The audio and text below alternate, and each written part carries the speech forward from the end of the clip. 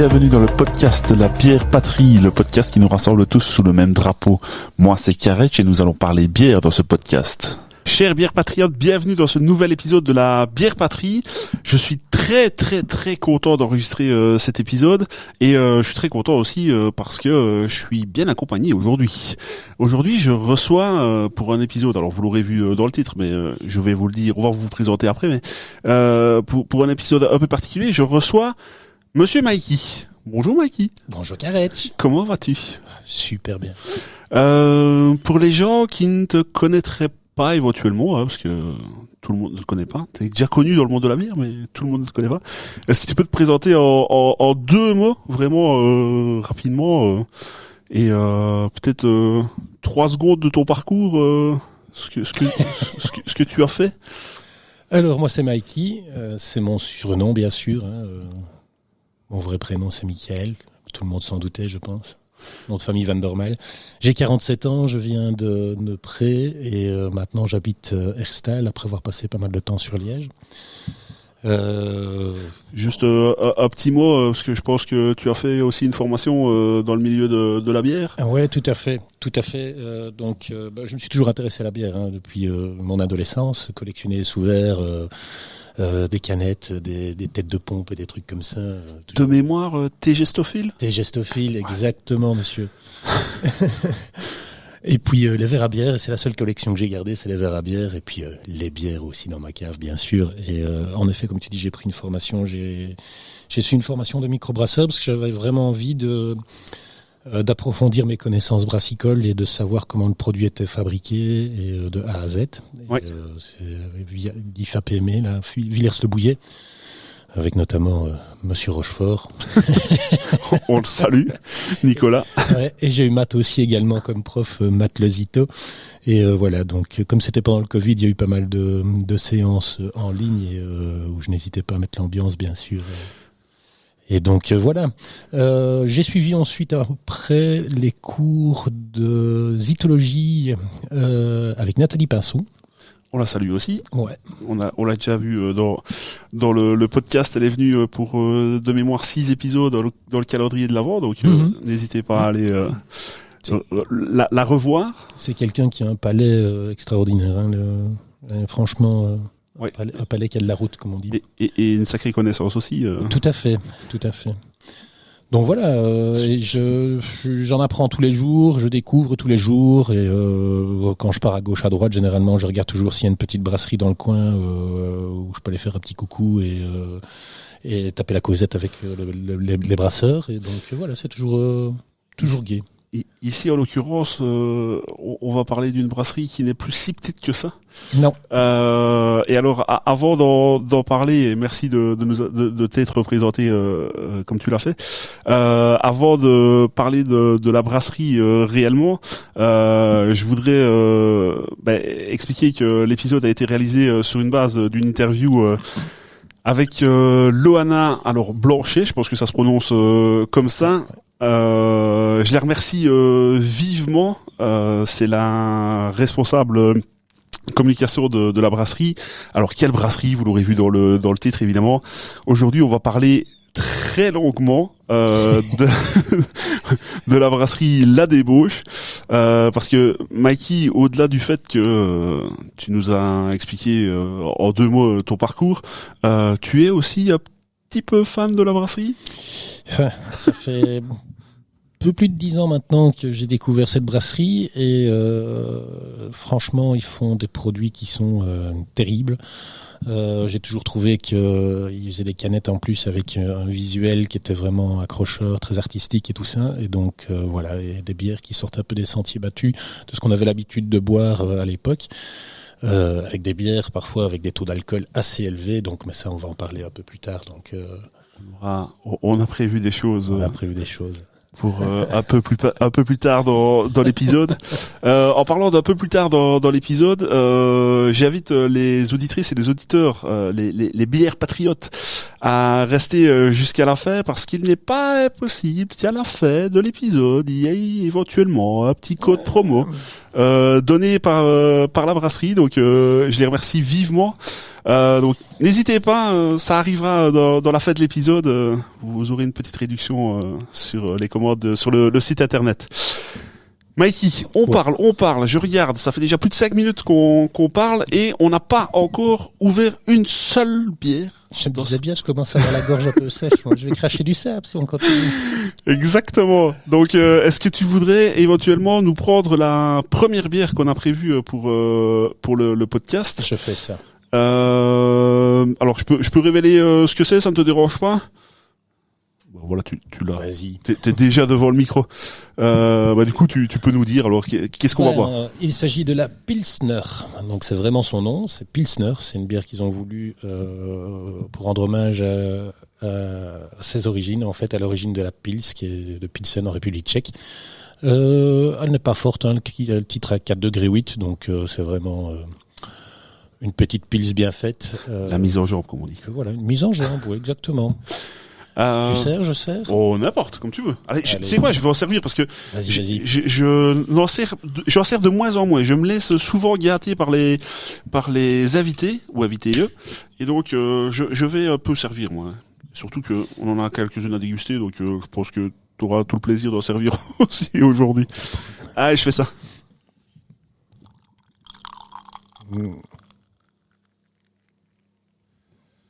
S'il vous plaît, monsieur. Merci, Karetch.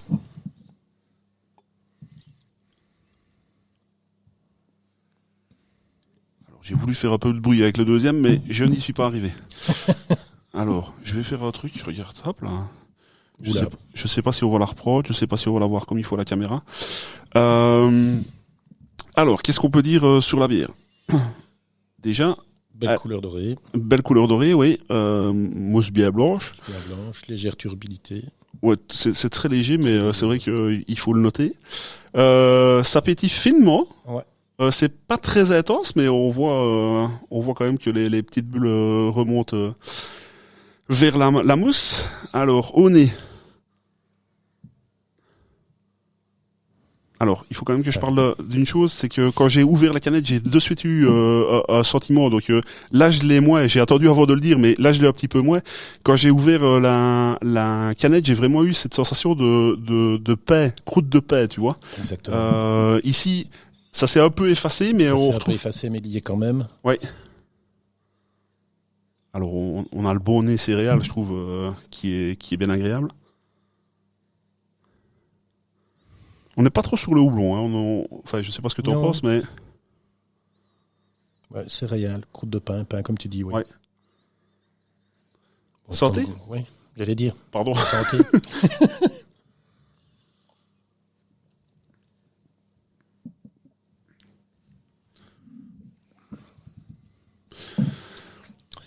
Très céréale en bouche aussi. Hein. Ouais. Très légère à boire. Très facile à boire. Petite rondeur. Ouais, la pétillance, ça se justifie par rapport à ce que j'avais dit. C'est là, mais c'est pas ça choque pas en bouche. Non, ça n'agresse pas, rien du tout. C'est vraiment très... Alors, on n'a pas spécialement le côté houblonné sur la bière. Par contre, la longueur en bouche est quand même chouette, je trouve. Pour une Pilsner, ça tient quand même. J'ai ce côté céréal qui reste vraiment, ça vient vraiment sur le fond, sur le bout de la langue, enfin, sur le fond de la langue, là, j'ai vraiment, au fond de la bouche, il y a vraiment ce côté céréalier qui reste. Et j'ai quand même une petite pointe d'amertume, hein. C'est vraiment très léger, donc c'est une amertume très légère, mais c'est agréable. Ouais, c'est délicat, mais parfois l'amertume, alors ça évite évidemment à en regoûter, mais parfois c'est seulement ça qui reste en bouche, et c'est pas spécialement ce que moi je préfère. Alors évidemment, chacun aime ce qu'il veut, hein, c'est pas un souci. Mais moi, je trouve que celle-ci est particulièrement facile à boire. Je la trouve vraiment chouette. Ouais, pareil. On y retourne d'ailleurs. Ouais, c'est agréable. C'est ça. Alors, c'est fait pour, mais c'est vraiment l'avantage de cette bière-là, c'est qu'on y retourne facilement. Très très chouette. Je suis content de l'avoir dégusté. Ils ont bien fait ça. Ça, c'est une des nouvelles de leur gamme. Moi personnellement, j'avais Ouais, c'est nouveau, donc forcément j'aurais pas su la goûter, mais c'est vrai que j'avais jamais goûté. Je suis content de l'avoir dégusté ici dans le podcast. Alors, pour toutes les personnes qui nous écoutent et qui nous regardent, si j'ai pas de problème de vidéo, alors ça c'est une petite blague par rapport au petit problème qu'on a eu avec une vidéo précédente, mais soit ça n'a rien à voir avec cet épisode, j'espère. Pour toutes les personnes qui nous écoutent et qui nous regardent, est-ce que tu peux situer plus ou moins géographiquement la brasserie, Mikey? Oui, bien sûr. Alors, on est dans le département de la Charente, la région Nouvelle-Aquitaine. On a Angoulême, on a Bordeaux au sud, qui est à peu près à 120 km. Et alors, Poitiers, qui est au nord, à 114 km, légèrement au nord-est. Et alors, Bordeaux, sud-ouest. Alors, tu vois, là, on a tout de suite la difficulté des personnes qui font la météo, parce que à la caméra, il aurait fallu inverser les. Inverser. Oui. Oui, voilà. C'est compliqué. Alors, est-ce qu'on peut avoir un petit mot éventuellement sur qui a créé la brasserie, les créateurs de la brasserie La Débauche, et quand ils ont créé cette brasserie? Alors la brasserie a été créée en 2013, donc ça va faire 13 ans cette année. Et c'est Églantine Clément et Aurélien Camando, j'espère ne pas estropier leur nom, qui ont créé ça. Et ils se sont voulus d'emblée très créatifs, tant au niveau des recettes qu'au niveau des étiquettes. Et ils ont directement fait des collaborations avec des artistes, que ce soit des artistes locaux ou internationaux, pour les visuels de leurs étiquettes et de leurs bières. Ils sont connus. La Débauche est connue pour ses stouts, ses imperial stouts assez forts et tout ça. C'est vraiment une reconnaissance dans le milieu brassicole pour eux. Peut-être bien qu'on en goûtera un peu plus tard. Oui, peut-être bien. Éventuellement. On n'allait quand même pas passer à côté de ça. Non, tout à fait. Pas bouder ce plaisir. Ils ont une gamme. Une gamme permanente, voilà, je vais y arriver. Ils ont des éphémères et ils ont également des bières assez fortes en alcool, les Icebock, qui font partie de la gamme éphémère, ainsi que certains Imperial Stout avec des taux d'alcool assez fortement élevés. Alors de mémoire, mais de nouveau c'est de mémoire, allez vérifier par vous-même si vous le voulez, mais je crois avoir vu sur le site internet qu'ils étaient déjà aux alentours de 350 recettes. Ils sont même un peu plus loin, là, ils sont presque à 380, voilà. Comme ça, donc tu vois, c'est plus que moi. C'est assez productif, on va dire. Ouais, c'est fou. N'hésitez pas à les découvrir. Est-ce qu'on peut dire pourquoi le nom La Débauche? Alors je continue, j'ai déjà dit en début d'épisode, mais je le répète, tout ça a été fait par rapport à l'interview avec Loana, donc ici c'est un échange, on fait un échange nous deux, mais c'est évidemment par rapport aux réponses qu'elle nous a données, et puis ce qu'on a j'ai pu trouver, oui, qu'on a pu glaner aussi sur internet, sur leurs réseaux sociaux, le site internet et autres, hein, donc voilà. Mais donc ici La Débauche, il y a deux significations. Celle qui est associée à la fête, vraiment se laisser aller, se faire plaisir et tout ça. Et alors l'autre qui nous intéresse plus ici, dans la région là-bas, débaucher quelqu'un du travail. C'est ce qui nous intéresse également ici, puisque tant Églantine que Aurélien ont quitté leur travail pour se réorienter et se lancer corps et âme dans la brasserie. Et ouais. Donc voilà, c'était vraiment devenu un nouveau projet professionnel. Donc c'est plutôt dans ce sens-là ici qu'il faut le prendre. Et comme je l'expliquais lors de cette petite interview, c'est vrai que j'ai des amis français qui utilisent même le terme pour quand ils quittent le travail le soir, donc en fin de journée, ils débauchent. Donc ça me faisait toujours sourire à l'époque, parce que c'est vrai que nous ici dans notre région, on n'utilise pas ça du tout de la même manière. Donc voilà. Moi, j'étais content d'avoir cette deuxième signification. J'ai appris quelque chose en plus sur la brasserie, donc sur le vocabulaire local. Oui, exactement. Parce que toi, tu y as déjà été en plus.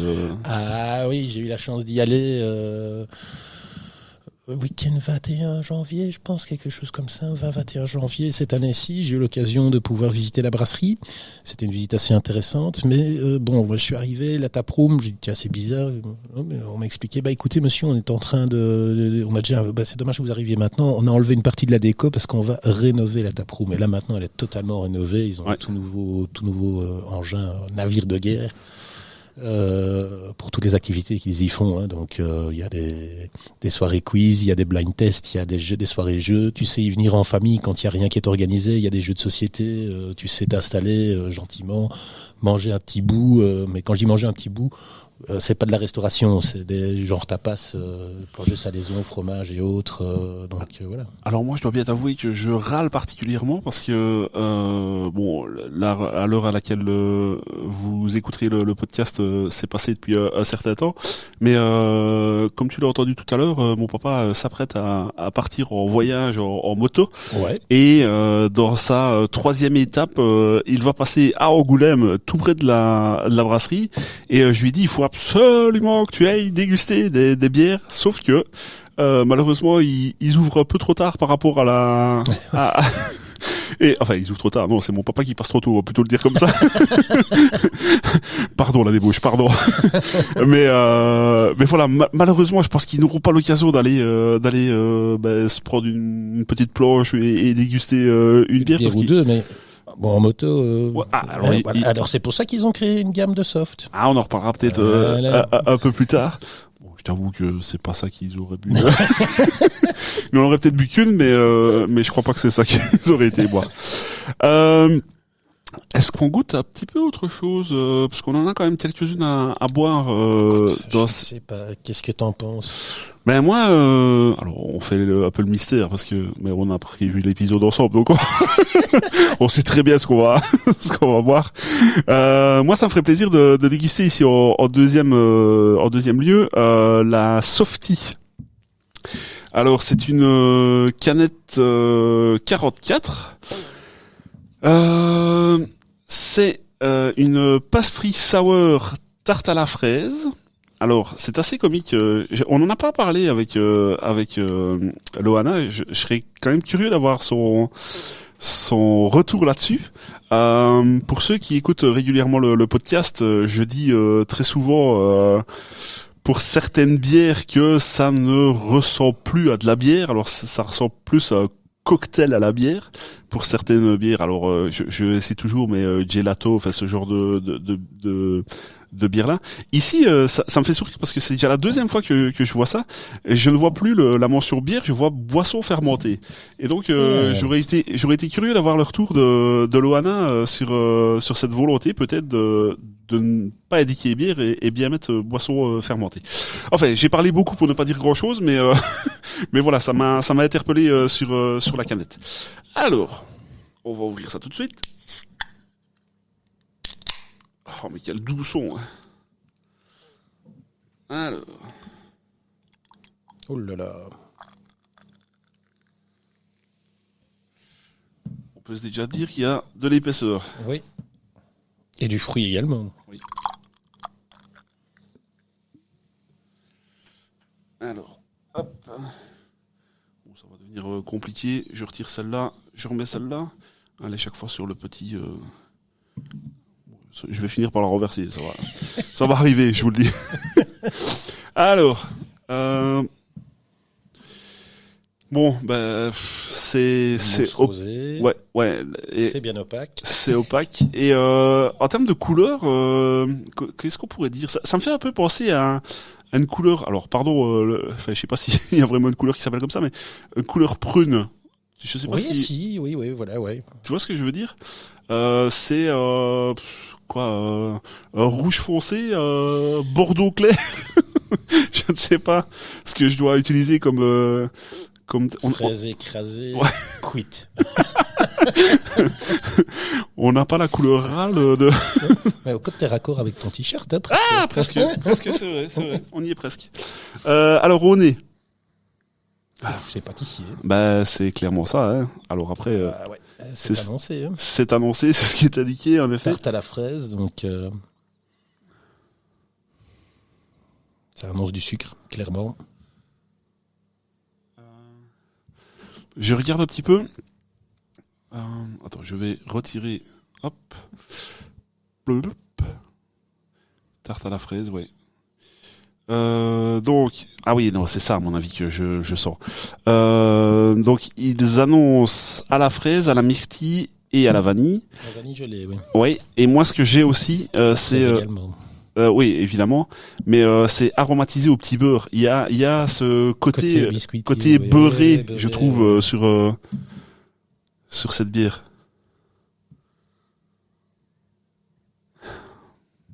Le nez est chouette. Alors, de nouveau, je reviens à ce que j'ai dit tout à l'heure par rapport à la bière. Alors, on a vraiment le grand écart entre la Pilsner et ceci, évidemment. Mais le nez est super chouette. C'est super gourmand. Santé ? Santé.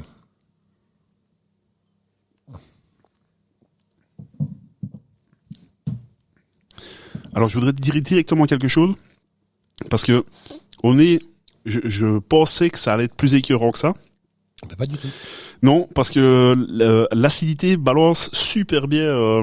Puis à contrecarrer le sucre. Ouais. C'est vraiment sympa. Il fallait que je le dise directement parce que vraiment j'ai été surpris. Je pensais que ça allait être plus écœurant que ça. Et en fait, c'est quand même relativement facile à boire. Ouais. Alors, là, je l'ai devant les yeux. Je le regarde droit devant moi. Le taux d'alcool. 8 degrés. 8 degrés, je sais pas où ils sont. C'est ça. C'est jus de fruits, je sais pas où ils sont. On a vraiment l'impression d'avoir pris cette tarte à la fraise, de l'avoir mis dans un blender et...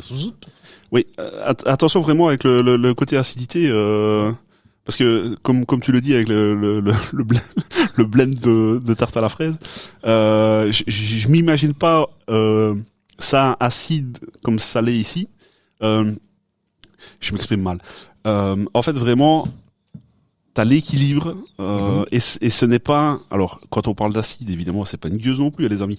Mais vraiment, ils ont trouvé le bon équilibre entre la gourmandise et la buvabilité. Exactement. Terme qui n'existe pas, mais je le dis quand même. La buvabilité, parce que c'est super facile à boire. Alors, attention aux 8 degrés. C'est ça. Nous, on n'est pas vite tracassé avec le taux d'alcool, mais oui, c'est traître. Moi, elle me plaît vraiment bien, franchement, sérieusement.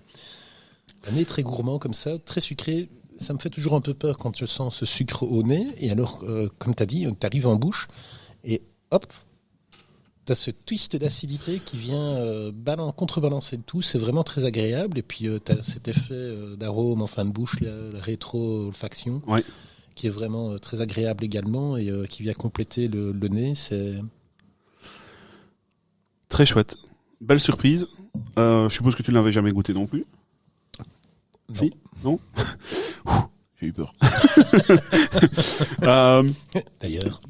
En termes d'épaisseur en bouche, on a eu... On a déjà eu plus épais. Oui, mais alors justement, quand on l'a versé, enfin, je sais pas si tu te rappelles, je pense que tu l'as dit directement, on pensait que ça allait être épais. Ça aussi, même chose, c'est le bon équilibre, je trouve. C'est pas, on n'a pas une boisson solide en bouche non plus. C'est vraiment bien fait.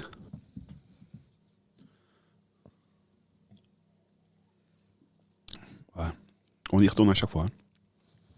L'acidité rappelle ça aussi. On a envie d'y revenir régulièrement. Alors, ce qui est bien avec les canettes de la débauche, c'est que tu as toujours un petit poème qui est écrit dessus. Qui veut des fraises du bois joli ? En voici. En voici mon panier tout rempli. Une fraise de fraises du bois joli.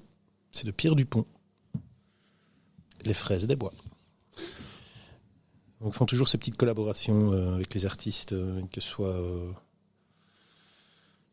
des écrivains ou des artistes plutôt tournés vers le graphisme. Ouais. Super content de l'avoir dégusté. Pareillement. Vraiment chouette. Hop là, de toute façon. Je sais pas si tu en veux un petit peu, si. On en a d'autres à déguster, donc. Ouais, on va y aller doucement. Est-ce que je peux te demander de déplacer ça parce qu'on aura vite plus de place devant nous, mais même sur le coin de la table, c'est bon. Merci à toi. Pour la suite, est-ce qu'on peut parler quelques instants du fameux logo? Aujourd'hui, il est à mon sens indissociable de la brasserie, mais ça n'a pas toujours été ce logo-là. Non, en effet. Et donc, ça tombe bien que t'en parles parce que ici, on a justement la Nevermore sous les yeux, oui, mais avec le nouveau logo. Or, à la base, c'est vraiment de là que c'est parti. La Nevermore qui reste leur bière, un Imperial Stout, qui est une bière infusée au cube de chêne qui ont eux-mêmes été infusés dans du Bourbon, je pense. Oui, Bourbon. Et qui tourne tout autour du... je vais y arriver. Du monde d'Edgar Allan Poe. D'ailleurs, sur la canette, on retrouve le poème d'Edgar Allan Poe, The Raven, Corbeau. Alors, j'ai essayé d'aller le traduire en entier. C'est particulier. Oui, sachant que t'as pas des fortes bases en anglais. Ah non, mais je l'ai pas fait moi-même. Hein. Autant dire que je l'ai laissé faire à une jolie intelligence. Oui, non, je me suis pas. Ça m'a fait peur. Non, on part pas dans des folies comme ça, non. Hein. Et donc l'artiste qui a repris, à qui on avait confié le graphisme de l'étiquette de la Nevermore, avait utilisé l'ancien logo de la débauche qui était plutôt art déco et avait mis ça dans un médaillon avec 2 crânes de corbeaux. Oui. Et à un moment donné, quand ils ont fait la refonte du logo, ce crâne est apparu comme une évidence et vraiment lié à leur identité. Et donc, tu retrouves le crâne vraiment partout, sur le mur de la brasserie, oui, sur les tonneaux, dans la taproom, sur toutes les étiquettes, leurs autocollants, enfin partout. C'est vraiment devenu, tiens, la débauche est passée par ici, tu regardes une canette, tu passes à côté, tu vois le crâne de corbeau, tu sais, c'est la débauche. D'ailleurs, la façade, quand tu as été en janvier, elle n'était pas encore réalisée, si je ne me trompe pas. Alors si, la façade était réalisée, mais c'était pas la nouvelle. C'était encore l'ancienne mouture, mais il y avait déjà un crâne de corbeau dessus. Oui, ok. Et ici, sur la nouvelle façade, c'est une grande dame comme ça, qui tient dans sa main un crâne de corbeau. Ouais. Et voilà, donc... très, très coloré. Très coloré, oui. Ouais. C'est sympa. Ouais, super. Je ne sais pas si tu veux rajouter quelque chose par rapport au logo. Je ne sais pas si on a... Non, je pense qu'on a tout dit. On a tout dit. En ce qui concerne Églantine et Aurélien, est-ce qu'ils sont toujours à la tête de la brasserie? Eh ben non. Ils avaient envie de faire autre chose. Et donc, après plus de 10 ans dans la bière, ils se sont tournés vers d'autres projets. Ils ont revendu la brasserie. Alors, la société se porte très très bien et il y a pas de souci. Donc, ils ont revendu leur brasserie. Et puis, maintenant... ils ont une brasserie de wash qui s'appelait Salem. Donc le wash, c'est le goût qui est utilisé pour distiller le whisky, les gins et autres. Et puis, ils ont eu envie d'ouvrir un bar distillerie et ils sont retournés aux sources, donc sur le premier lieu où avait été créée la débauche. Parce que où la débauche est actuellement, c'est le 2e lieu.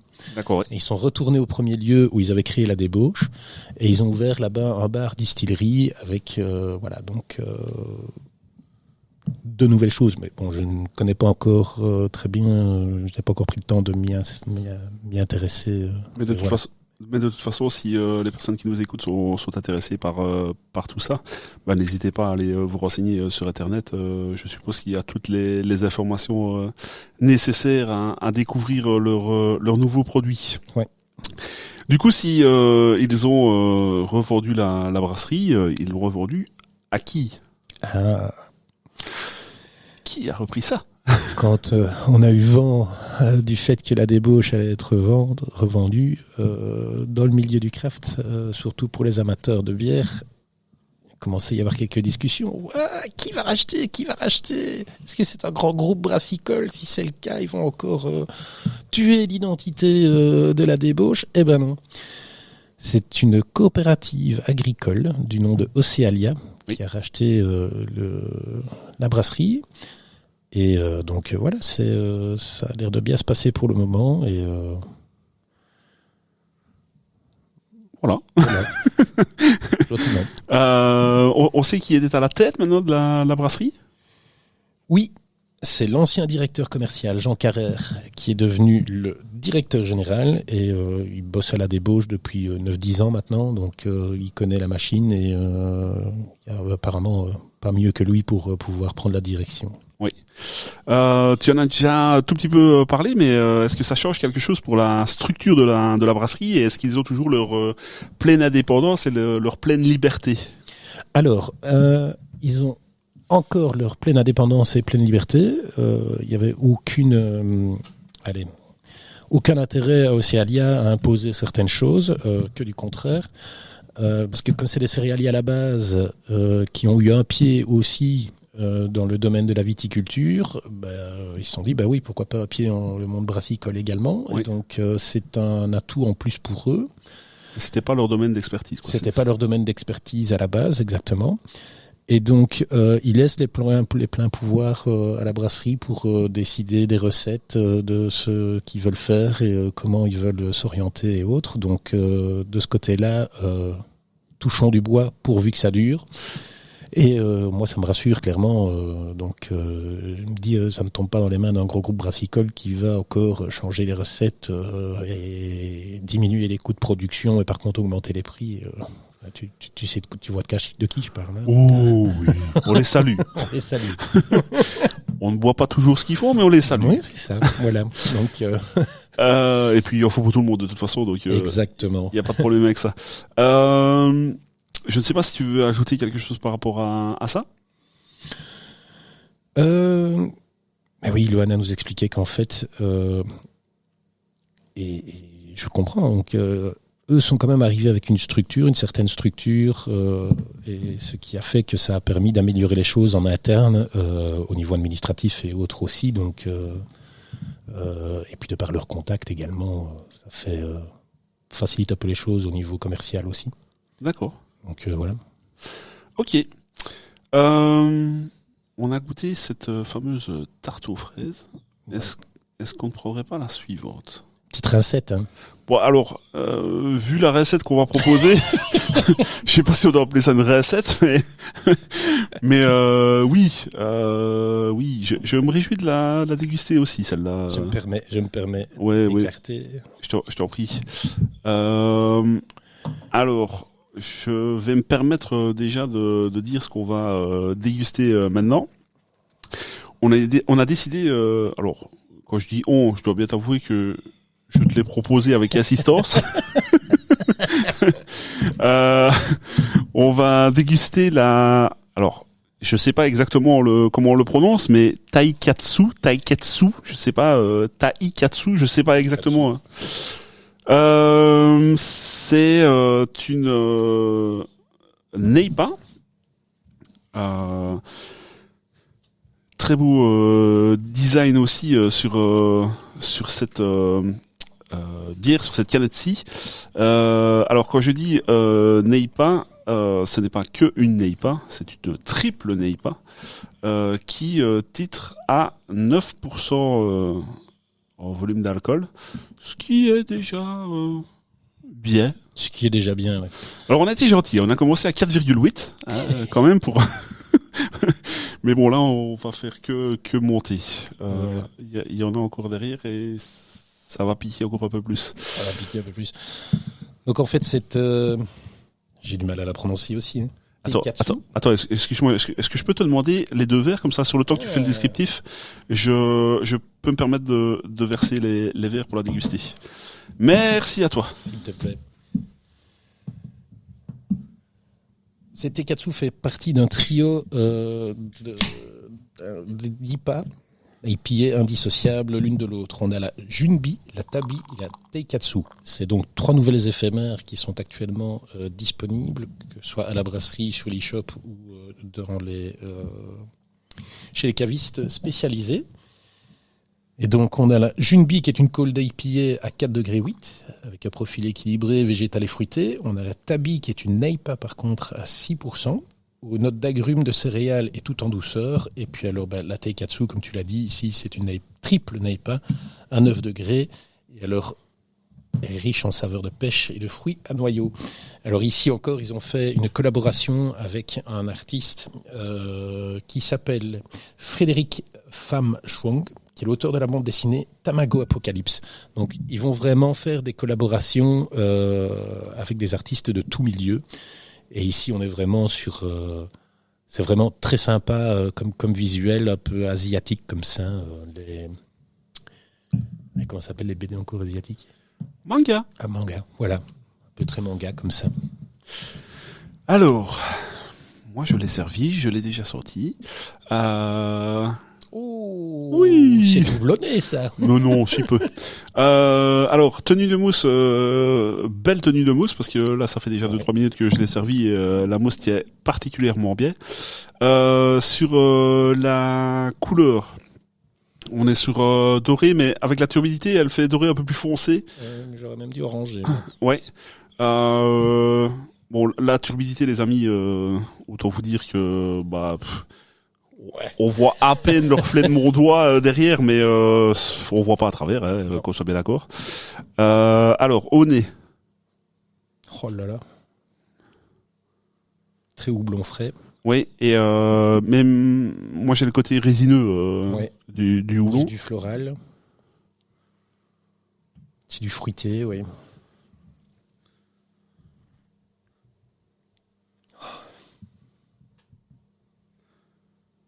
C'est très très agréable. Au nez en tout cas. Et on sent l'intensité du houblon, Ouais. on le sent directement. Je ne sais pas combien de grammes ils sont par litre, mais...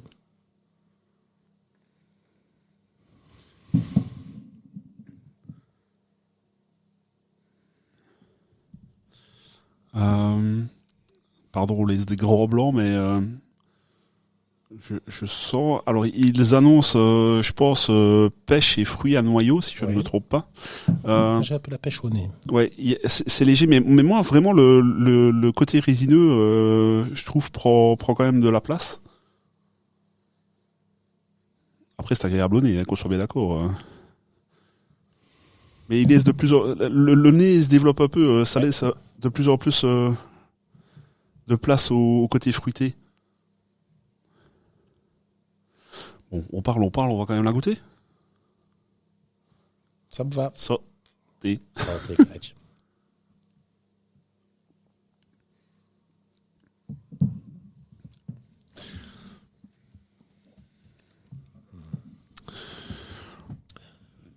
Bon, bah, du jus de houblon, hein, qu'on soit bien d'accord.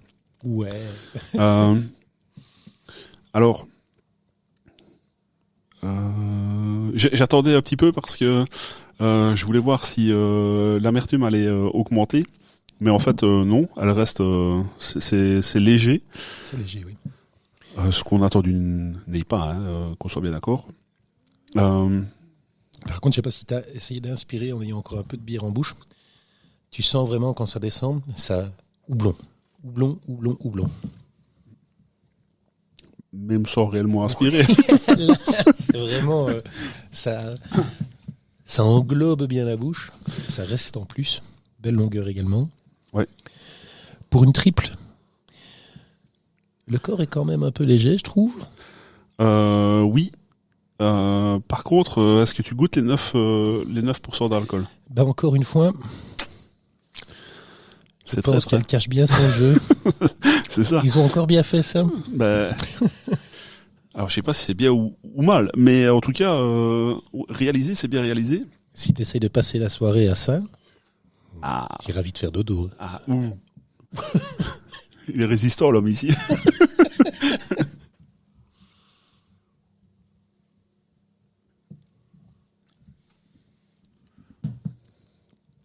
C'est un petit côté soyeux aussi.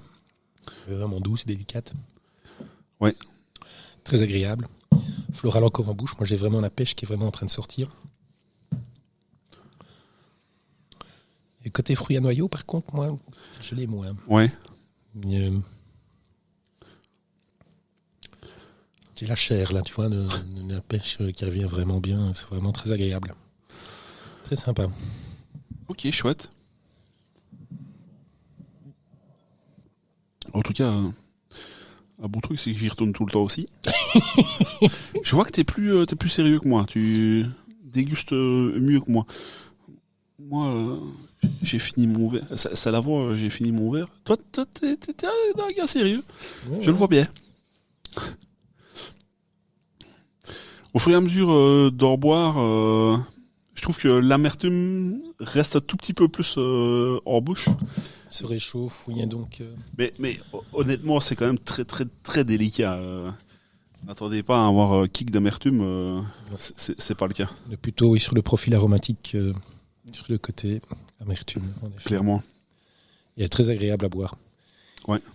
Mais du coup, je pense que je me referai une petite déclinaison le week-end prochain des 3, en les buvant dans l'ordre conseillé. Moi, si je dois être casse-pied, juste un chouïa plus de pétillos. Tu trouves pas que c'est un chouïa C'est un peu plat, oui, mais je l'ai quand même un peu très léger, mais... Ouais. Bon, ouais, honnêtement, elle est très très bonne. Hein. C'est ça. C'est vraiment pour titiller par rapport à mes goûts à moi aussi. Qu'on soit bien d'accord.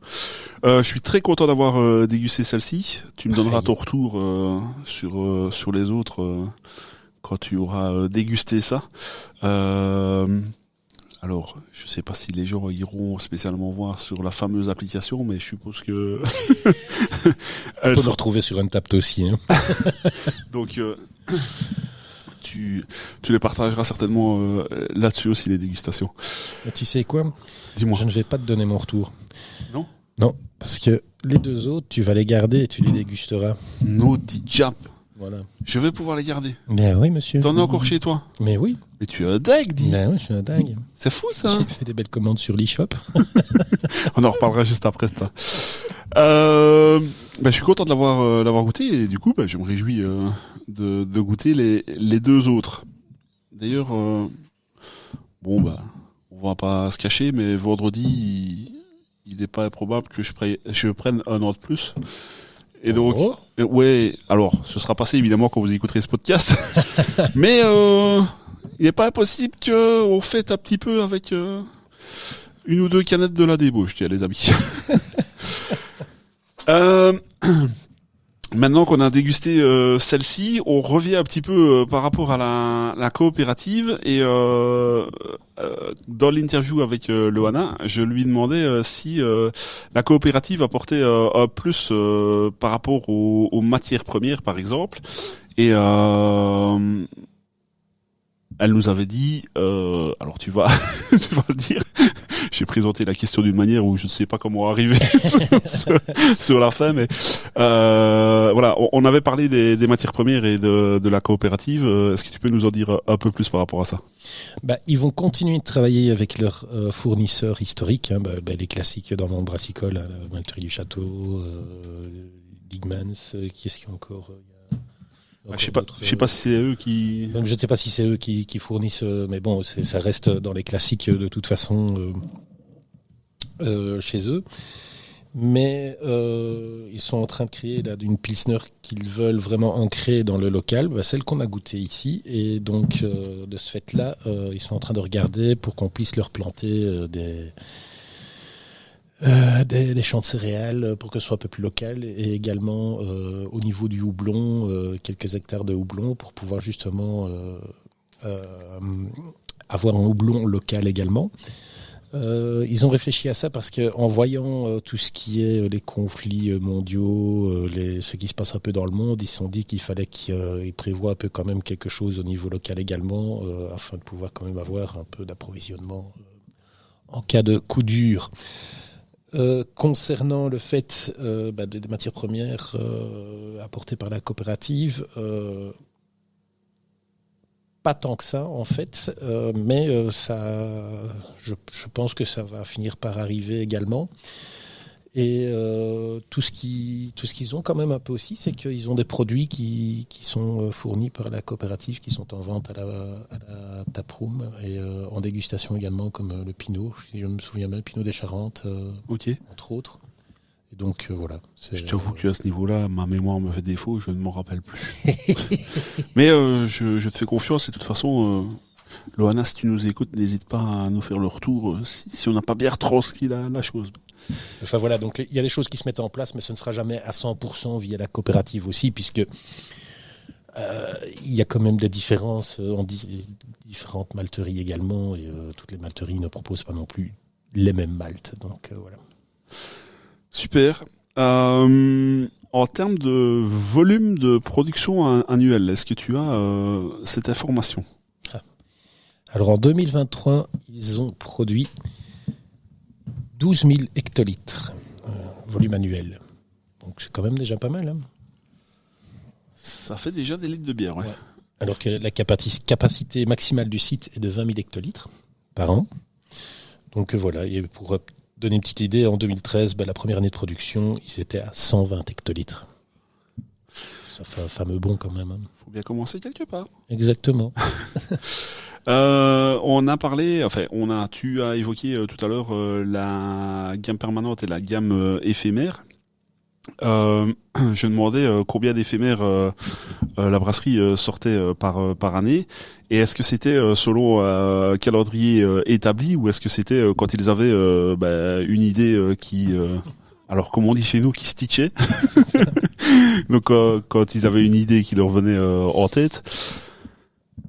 La réponse était en deux phases. Donc en fait, ils sortent des éphémères tous les 2 mois et plusieurs à la fois pour une question de facilité au niveau eux de leur logistique, mais également au niveau des cavistes et autres. Et puis pour les commerciaux, c'est quand même un peu plus facile également aussi. Tu fais une commande groupée, tu ne commandes pas qu'une seule éphémère et puis ils peuvent en commander beaucoup plus à la fois et donc proposer directement une gamme plus variée également à leur clientèle, ce qui fait que c'est une manière et puis point de vue logistique pour eux c'est plus facile également. Ils ont longtemps fonctionné en s'interdisant rien du tout. Ils y allaient comme ça au feeling, comme tu disais, ils brassaient vraiment pouf, oh tiens on ferait bien ça, on y va, et demain on ferait bien ça, hop, pouf, on y va, puis ils se sont rendus compte que c'était vraiment devenu de plus en plus difficile vu les quantités et la demande également, et donc ils ont commencé à se structurer un peu plus par rapport à ça et à élaborer les choses de manière et à voir les choses de manière différente et à vraiment s'imposer un petit calendrier de brassage avec des idées, on va. C'est-à-dire que je suppose que quand on arrive à certains niveaux de taille de brasserie, c'est vrai qu'on ne peut plus se permettre de faire à la volée, comme on dit. C'est ça. Faut prévoir les choses. Il y a un roulement, donc je comprends bien que en grossissant, il faut anticiper. Anticiper, c'est ce qu'ils font maintenant, ouais. Alors, j'avais demandé, je sais que Loana avait trouvé ça un petit peu, alors pas une question piège, mais je sais qu'elle avait souri quand j'avais posé la question. Je lui avais demandé est-ce qu'il y a une bière qu'ils aiment particulièrement boire et ou brasser en interne à la brasserie. Alors, je sais qu'elle avait dit que c'était un peu compliqué, mais est-ce qu'il y a quelque chose qui ressort de cette question ? Comme elle avait dit, elle a fait une réponse de Normande un peu. Il y avait plusieurs bières, il y a notamment la Nevermore qui reste de leur classique dont j'ai parlé tout à l'heure, et la Big Boy. La Big Boy, c'est un de leurs Imperial Stout qui est au piment et au poivron. Et donc c'est le moment où on broie tous ces piments et tous ces poivrons, et c'est un moment assez ludique pour tout le monde dans la brasserie. Et puis il y a l'IPA également, qui est un peu la bière réconfort, bière doudou de tout le monde. En fin de journée, on se prend une IPA et hop, on se désaltère, on se dessèche. Enfin, pardon, non. On s'hydrate. On s'hydrate, voilà. On se dessèche, c'est quand voilà. Oui, non, justement. On vient réhydrater ce qui était séché après une dure journée de labeur. Ouais. Et en bière plus funky, celle que vraiment tout le monde attend à la brasserie parce que c'est le retour de l'été, qu'ils savent que les beaux jours arrivent, c'est la Magic Baboon, qui est une gauze au concombre et citron vert. Et donc là, ils brassent avec des tonnes de concombres. Et tout le monde se bat un peu à la brasserie pour être sûr d'avoir ces canettes pour reprendre à la maison. Et voilà, c'est apparemment la bière tant attendue chaque année parce que particulièrement, ils savent que quand elle est là, l'été arrive. Je ne me rappelle plus si tu me l'as dit, si je t'ai posé la question, mais tu l'as déjà dégusté cette... Non, pas encore. Non, pas encore, et je ne suis pas sûr que je pourrai en avoir, parce que je ne suis pas sûr qu'on en trouvera sur l'e-shop. Je verrai bien, on verra bien. J'ai commencé à voir certains concombres apparaître sur les réseaux sociaux, mais ce n'est pas encore pour celle-là. De toute façon, tu es régulièrement sur l'e-shop, donc tu... Où je regarde, je jette un œil quand même de temps en temps. Menteur, tu y es tous les jours. Enfin. Ouais, j'exagère un peu. Je ne sais pas si tu voulais ajouter quelque chose par rapport à ce que Loana nous avait dit à ce moment-là pour cette question-là. Non. C'était bien. On a, on a tous fait. Discussion sur. Ouais. On se rend bien compte que la brasserie a plusieurs contenants. Elle utilise la bouteille et la canette. Est-ce qu'il y a un contenant et un volume qu'il préfère ? Justement, tu fais bien d'en parler parce que ça fait quelques mois qu'ils tâtent le terrain et qu'ils essayent un peu de savoir vers quoi ils vont aller parce que il y a du 75 centilitres, il y a du 33 centilitres en bouteille, il y a de la canne en 44 et en 33 et donc voilà. Et en 50 aussi. Et en 50, ouais. La nouvelle justement. Ouais. Et donc, ils ont décidé d'abandonner la bouteille pour pas mal de leurs références et garder uniquement la 33 centilitres pour tout ce qui est leur bière barriquée, donc les Oak Chronicles, les Sacred Heart et autres bières. Oui, mais non, on commence pas. Non, mais commence pas à le dire avec un accent. Après, je vais avoir l'air bête, moi, quand je vais le dire. Mais non. Et tout le reste passé en 33 ou 50 centilitres, tout simplement pour une question de logistique, parce que c'est plus facile à transporter, et n'avoir qu'une chaîne pour l'embouteillage ou l'encanage ici, ce sera plus simple également. De mémoire, je pense que Loana avait parlé aussi de la grande distribution, ouais, pardon. La grande distribution qui disait que le 33 centilitres avait vraiment du mal à trouver sa place en rayon et que les gens se tournaient de plus en plus vers la canne de 50. Et donc donc c'est vraiment là-dessus qu'ils vont aller, notamment pour leur gamme permanente. Si je ne dis pas de bêtises, oui c'est ça. Vers la gamme permanente, mais ils vont quand même garder le format 75 centilitres parce que ça c'est un format qui est également fortement apprécié dans la grande distribution parce que c'est le 75 centilitres, c'est le partage et ils vont garder ça pour leur gamme permanente également. Moi personnellement déjà le 50, je trouve que c'est format de partage. Je suis tout à fait d'accord avec toi. Ouais.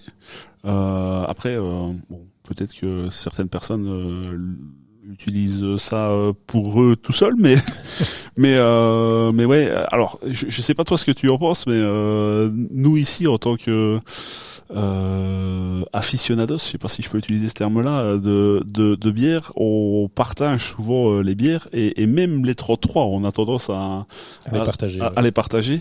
Maintenant, c'est vrai que seul, c'est quand même plus facile de se boire une 33 qu'une 50. C'est ça. Mais voilà, je dois bien t'avouer que par rapport à la réponse de Loana, j'avais du mal à m'imaginer ça en Belgique. Je pense qu'on n'a pas encore le même comment dire, le même retour. Je sais pas si on a les mêmes habitudes de consommation. Je ne sais pas. Bah, écoute, rentre dans un rayon bière, dans la grande distribution, il y a beaucoup plus de bouteilles 33 et un petit peu de 75 que de cannes, hein, sauf Ouais. pour les Mais je veux dire, Pils à Adus. ouais. Mais je vais dire même en canette, je trouve que, mais ça c'est lié à notre région, hein, enfin à notre région, peut-être même à notre pays, mais on a déjà du mal à passer de la bouteille à la canette, Oui. malgré tout ce qu'on sait que c'est, enfin tous les bénéfices de la canette.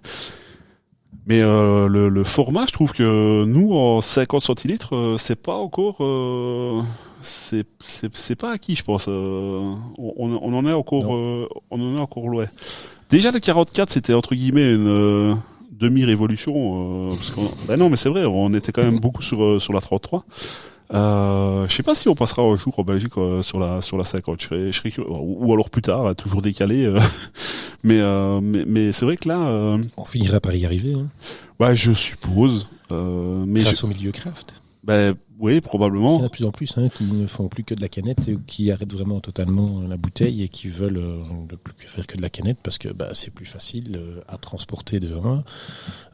Ça permet de conserver le produit à l'abri de la lumière également. Et puis, c'est Ah mais plein d'avantages qui font que on est clairement plus à convaincre, hein, mais j'ai l'impression qu'on de plus en plus, alors les gens auront peut-être pas le choix à la longue, mais j'ai l'impression qu'on cède de plus en plus l'écart qu'il y a entre les, alors j'aime pas ce terme-là, mais les buveurs de bière, monsieur tout le monde, enfin monsieur, madame tout le monde, et les beer geeks. Enfin, au beer geek, on a plus besoin de.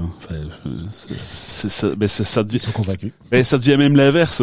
Ça devient bizarre d'avoir d'avoir une bouteille. Ici, en l'occurrence, voilà. J'ai juste peur. Enfin, pas peur, mais je me réjouis de voir l'évolution par rapport à ouais, tout ce monde de la canette et au public qui doit passer le cap, quoi. Mais voilà, je me réjouis de voir le retour qu'ils auront sur les 50 centilitres. C'est une bonne chose à voir et à savoir. Ouais.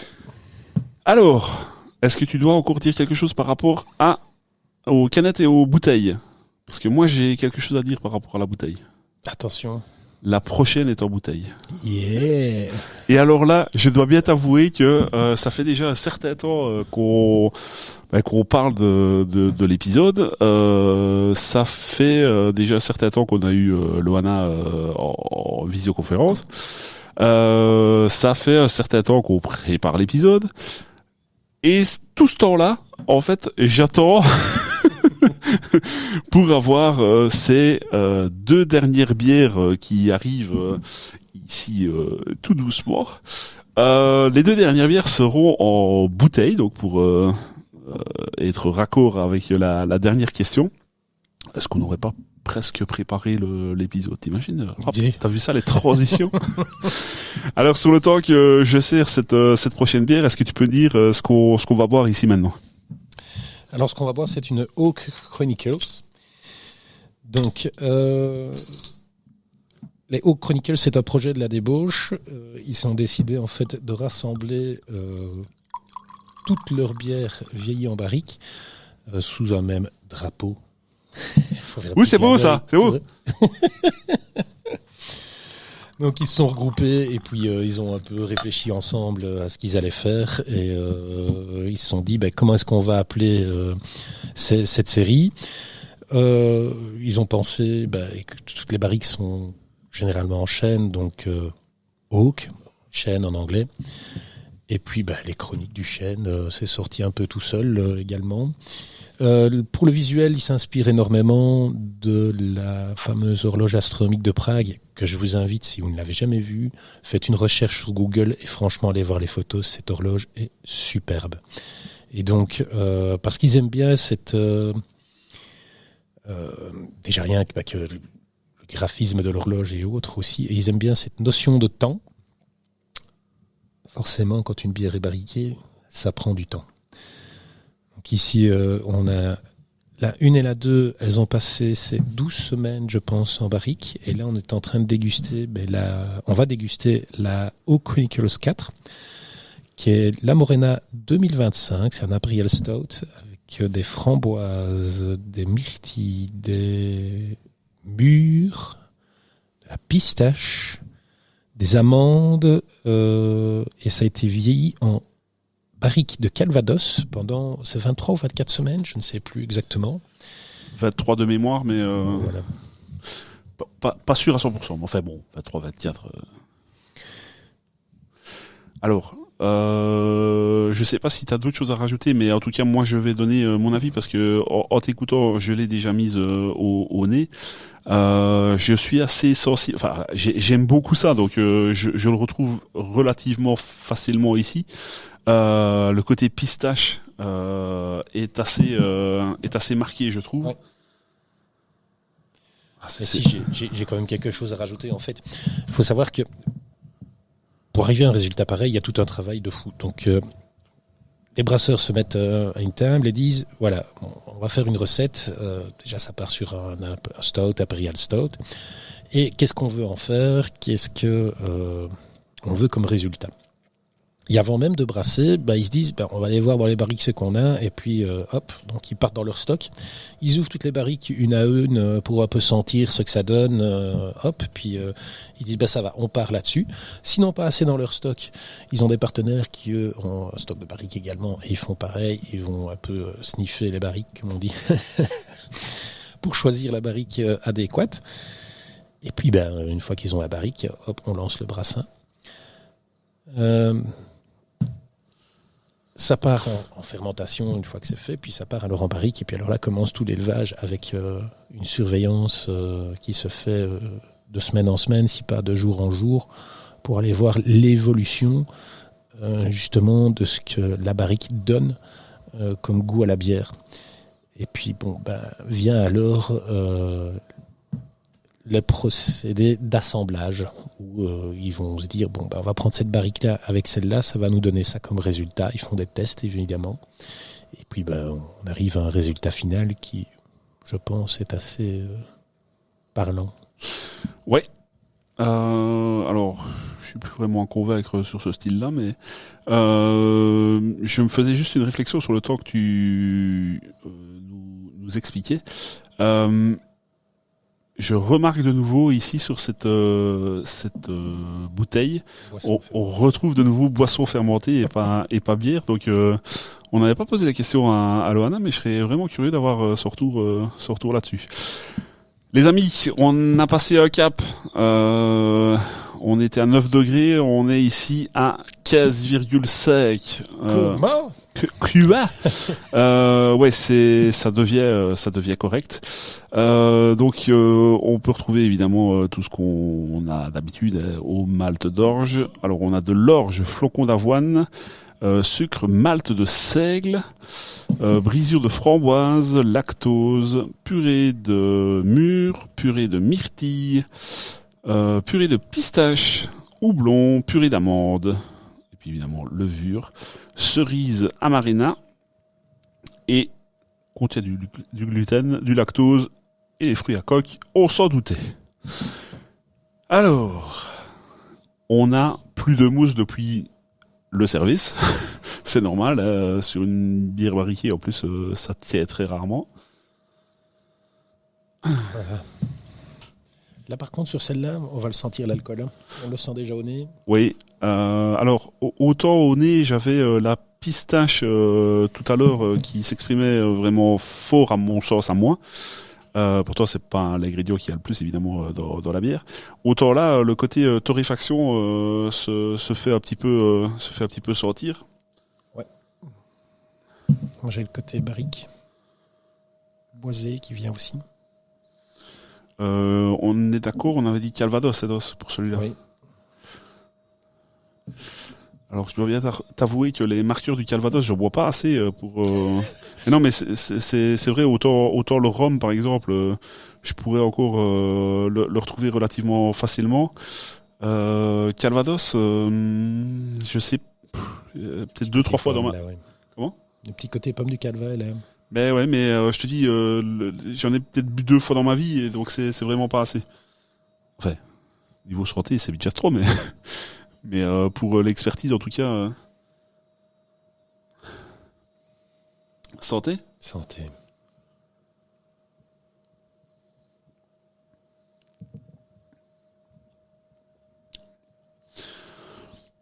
Ben voilà, moi en fait, j'ai décidé quelque chose là à l'instant T. Ce sera la dernière bière que tu vas boire de ta vie. Non, je veux boire ça même au petit déjeuner. Carrément. Motivé, toi. J'exagère évidemment. Je fais toujours un peu le malin dans le micro, mais je ne bois pas tous les jours. Mais oui. Je suis un peu étonné. Je parlais de la pétillance sur celle d'avant. Celle-ci me paraît justement pétillante, où je m'attendais, où je m'attendais à quelque chose justement de plus plat. Celle-ci me paraît un peu plus pétillante.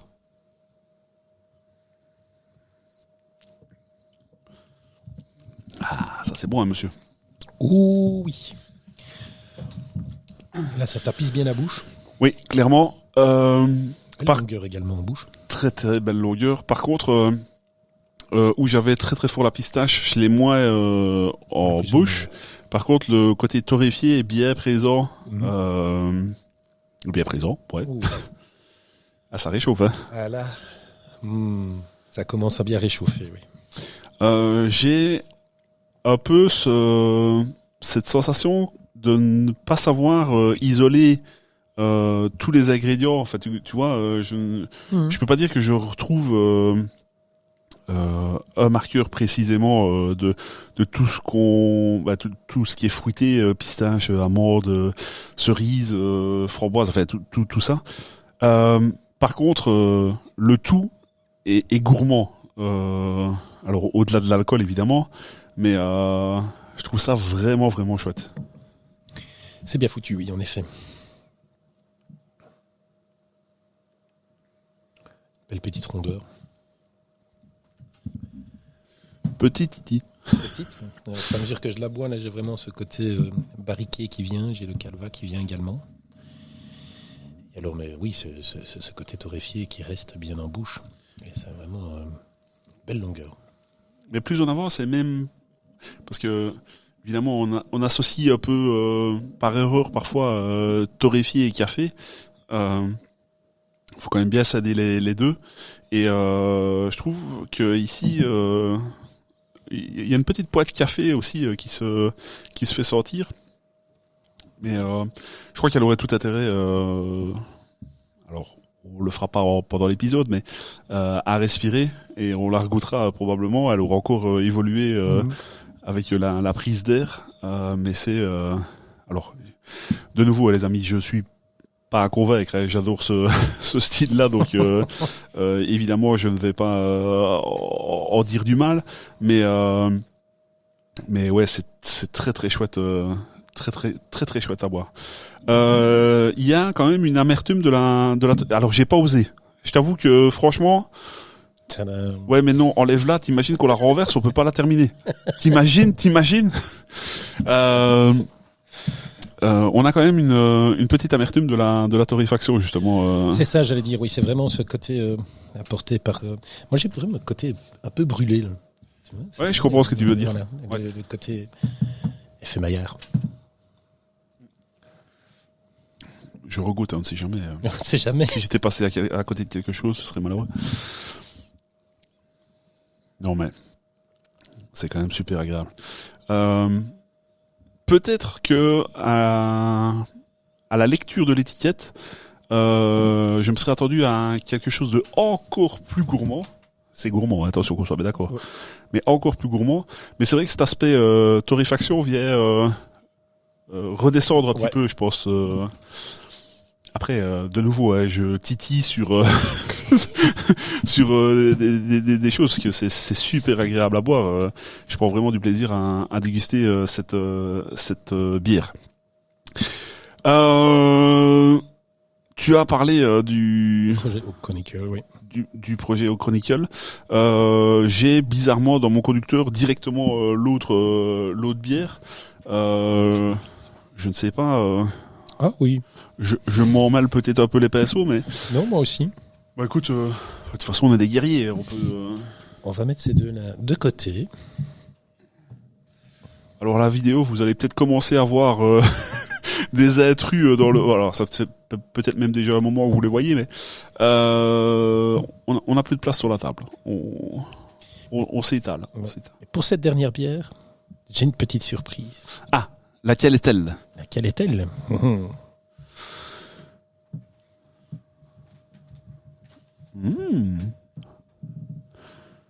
Alors qu'est-ce qu'on va boire? Voilà déjà la bière. Hein. La tant attendue. La tant attendue, la Sacred Heart. C'est la 11. Alors, pour la petite histoire, sur le temps que Mikey nous sort sa petite surprise, ou alors je vais même le laisser dire, qu'est-ce que tu nous as prévu? J'ai prévu les verres Sacred Heart pour pouvoir la déguster. Si c'est pas beau, ça. Comme ça, on pourra pas dire qu'on l'aura mal dégusté. Ah, ça.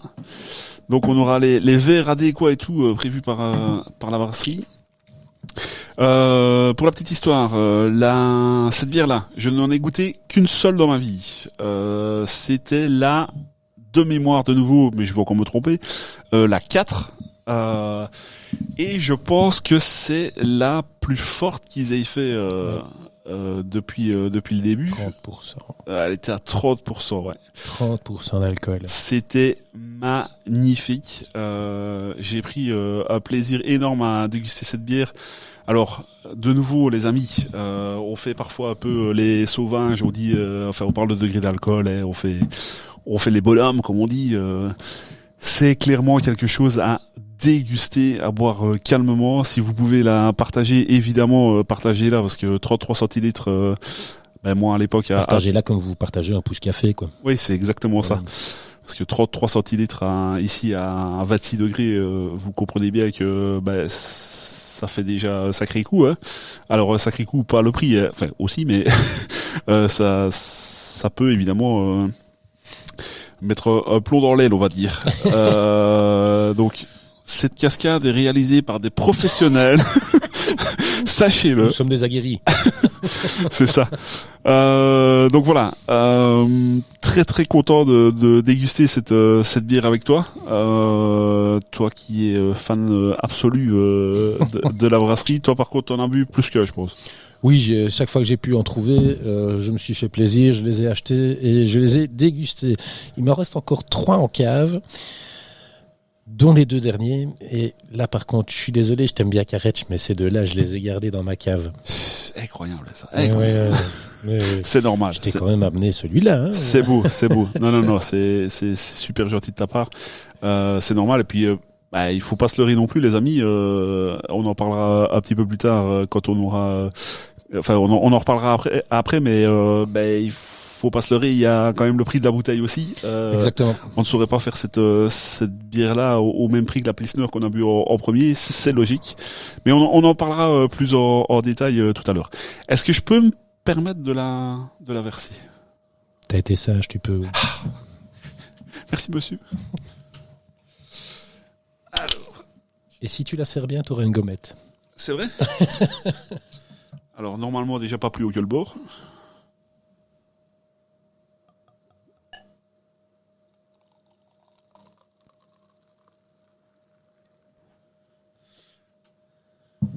S'il vous plaît, monsieur. Merci. Oh là là là là là là.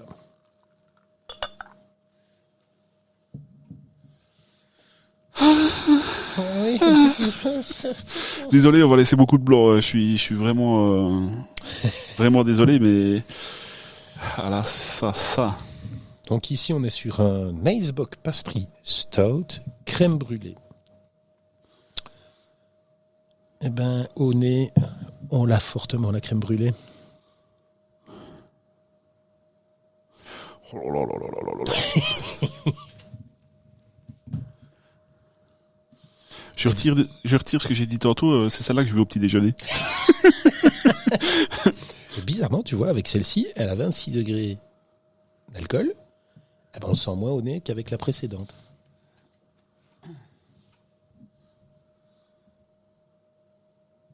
Oh là là. Déjà, rien qu'au nez, c'est gourmand. C'est gourmand à souhait. Alors évidemment, on n'a pas stipulé pour la précédente. Je vais le dire maintenant, c'est valable pour les deux. On n'a pas sorti ces bières du frigo là maintenant pour les déguster. Elles ont repris en température depuis le début de l'épisode. C'est pas quelque chose qui se boit à 4 degrés en sortie de frigo, les amis. J'ai même envie de dire, alors. Généralement, on conseille de déguster une bière au degré d'alcool affiché. Donc, mais par contre, ici, 26 degrés, ça va être un peu trop quand même. C'est ce que j'allais dire. À température ambiante, quand il fait 30 degrés dehors, c'est peut-être pas le bon plan. Mais clairement, une quinzaine de degrés pour ce type de bière-là, c'est vraiment pas un souci. Et même un peu plus, c'est toujours pas un problème non plus. À mon sens. Après, peut-être que tout le monde ne sera pas d'accord avec moi, mais je trouve pour avoir tous les arômes, c'est clairement ce qu'il faut. Après, à la dégustation, probablement que l'alcool, on va l'avoir un peu plus aussi parce que elle a la température. J'espère que vous verrez en vidéo la tête de Mike qui est totalement d'accord avec eux. En non-verbal à parler. Ouais. Santé. Oh.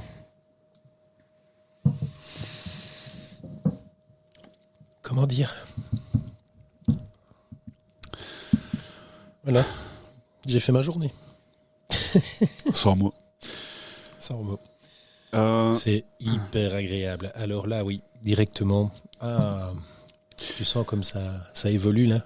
Ouais, alors ça réchauffe très fort évidemment. Ça réchauffe très fort et ça vient vraiment par palier là, l'évolution en bouche et puis hop, ça descend. Là, oh, tu sens que ça monte et oh là là là là. On sent très fort l'alcool et on va pas se leurrer.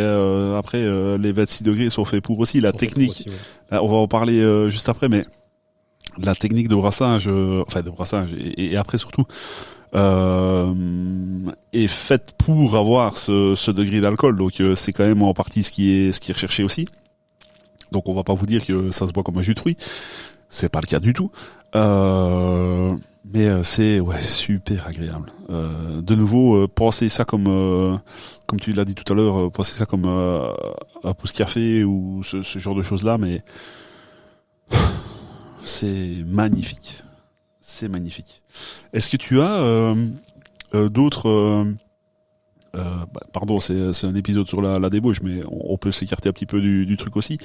Est-ce que tu as d'autres icebox que tu as déjà goûté autres que ceci? Oh. Oui, j'en ai goûté un autre, mais c'était une brasserie anglaise, mais je ne sais plus du tout, mais c'était vraiment très très bon aussi. Avec honnêtement, une belle rondeur et tu sentais bien l'alcool également, ça réchauffait bien et vraiment tout ce qui était annoncé sur l'étiquette. Et très agréable, oui. Honnêtement, je pense que j'ai jamais goûté autre que la débauche. Après, c'est pas ce qu'on trouve non plus à tous les coins de frigo. Je dois bien t'avouer qu'au début, quand je voyais que ça m'a titillé un peu, une brasserie qui faisait des bières avec des degrés d'alcool aussi hauts, mais enfin, c'est plus de la bière, quoi. C'est plus de la bière. En fait, quand tu te renseignes un peu, tu te rends compte que si, c'est encore de la bière. Oui. Alors, certains diront que non, c'est trop peu en alcool. Si, ça a été brassé et voilà. Donc, on est vraiment sur une bière et on reste sur une bière qui reste très agréable à boire. Mais encore une fois, et comme elle nous avait dit aussi, quand on les voit arriver en festival, genre à minuit, mais Sacré-Heart, parce qu'ils veulent vraiment se toller avec la plus forte du festival. Voilà, moi je trouve que c'est dommage. Je passerai plutôt et je m'achète une bouteille pour la boire un autre jour ou je ne vais pas déguster 25 bières sur la journée, quoi. C'est comme j'ai dit tout à l'heure, on fait un peu parfois les fanfarons à parler d'alcool, encore tantôt d'ailleurs. Mais pour des produits pareils, honnêtement, ne buvez pas ça. À la limite, ne buvez que ça sur votre soirée. C'est ça. Profitez-en. 4 personnes sur une 33, ça me semble bien. Ouais, mais même pas vous êtes 4 personnes, mais prenez le temps. Ne vous flayez pas le palais avec autre chose avant. Et profitez de ça toute votre soirée. Mettez 3-4 heures pour la boire. C'est pas un problème. Alors partagez-la évidemment avec quelqu'un, parce que c'est vrai que 33 centilitres à 26 degrés, ça fait tout de suite... Tu sais que tu vas commencer la saga Star Wars ou le Seigneur des Anneaux, tu dis c'est le moment de sortir la Sacred Heart. Mais non, mais c'est vrai, un bon film, alors il y en a qui font du beer pairing avec des films, des livres et tout ça, mais c'est vrai que un bon film ou un bon livre, alors je suis pas spécialement fan de lecture, mais vraiment c'est vraiment une bière pour profiter. Faut pas boire ça. Alors, cette idée d'aller au festival justement, comme tu le dis, et se mettre la tête à l'envers, c'est malheureux de faire ça avec ce genre de produit-là qui ont été travaillés. Enfin, voilà, soit. Je trouve ça malheureux, mais c'est beaucoup plus respectueux des brasseurs de la boire et de prendre le temps de la boire gentiment et calmement, assis dans son canapé ou attablé avec des potes et d'en discuter que de vraiment se dire je fais le festival et puis je vais me chercher la plus forte du festival pour terminer. Oui. On n'en a pas parlé. Alors la couleur évidemment, elle est noire. Ce qui reste collé au verre et même un peu brun, on a les larmes le long du verre, évidemment avec un niveau d'alcool et sucre.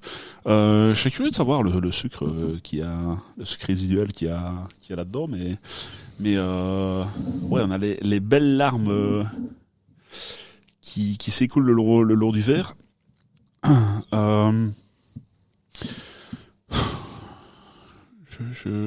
Allez, c'est fini. Merci, au revoir. Merci de nous avoir. On a perdu Karetch. Bon, sur ce, je vais continuer. Alors, moi, je vais justement vous parler de la fabrication du Sacred Heart.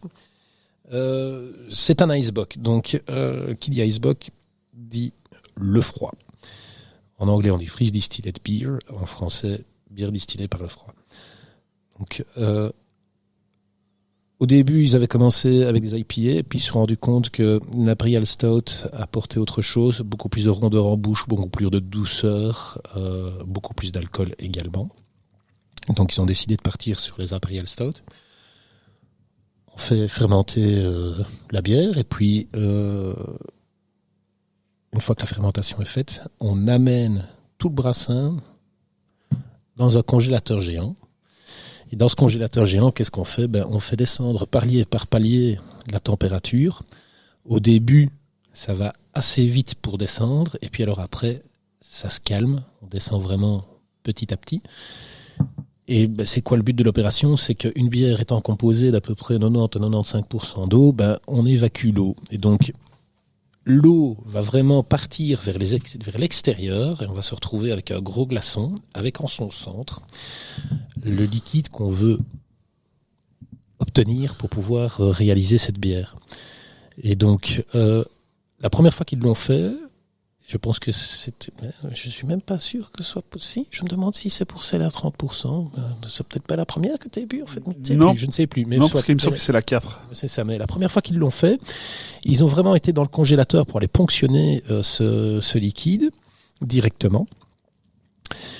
Et puis ils sont revenus à la brasserie et ils ont fait ce qu'ils avaient à faire. Soit ça retourne en fermenteur, soit on passe sur l'embouteillage, soit ça passe en barrique. Voilà, donc on peut rajouter des fruits et autres. On peut vraiment jouer et se faire plaisir sur ce type de produit. Voilà. Donc le temps passé dans le congélateur, si je ne dis pas de bêtises, c'est de 3 semaines minimum jusqu'à un mois et demi grand maximum. Il n'y a pas besoin de plus parce qu'à un moment donné, tout ce qu'ils voulaient qu'il soit congelé est congelé, et donc il n'y a plus qu'à aller chercher le résultat qu'ils voulaient à la base. Maintenant, ils ne s'amusent plus bien sûr à aller dans le congélateur parce que de un, c'est assez difficile. Il faut pouvoir supporter le froid et être équipé pour le faire également. Donc ils ramènent ça à la brasserie, ils ponctionnent à la brasserie et puis ils passent aux autres étapes. C'est entre autres pour ça aussi que faut comprendre.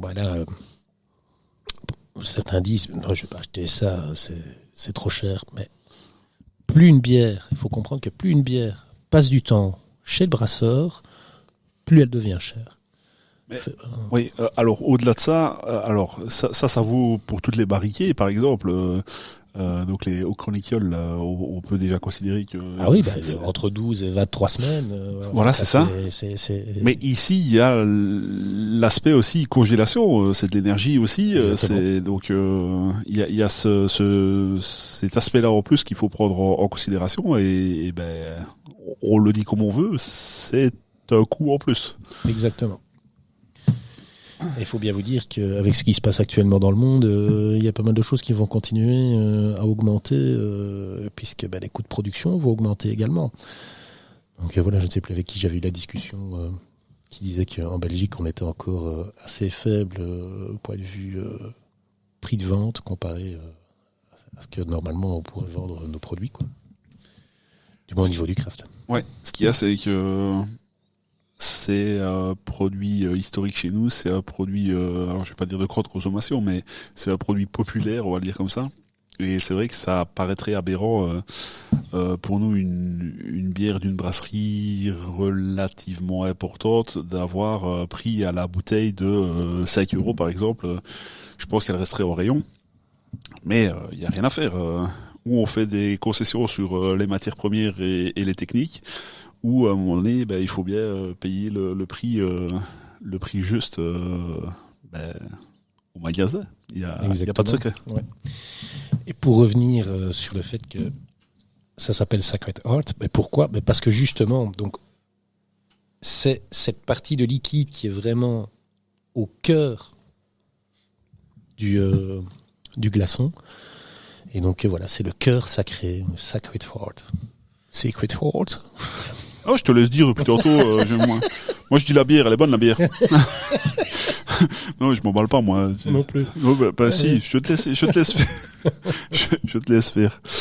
Je ne sais pas si tu veux rajouter quelque chose par rapport à cette bière qu'on va boire calmement, gentiment. Franchement, c'est vraiment très très agréable parce que chaque gorgée apporte une nouveauté dans les arômes. Enfin, une nouveauté. Plus la bière prend l'air, plus elle se réchauffe. Évidemment, il y a pas mal de choses qui se développent. Et là, je pense qu'on va passer un petit peu de temps dessus, oui, en effet.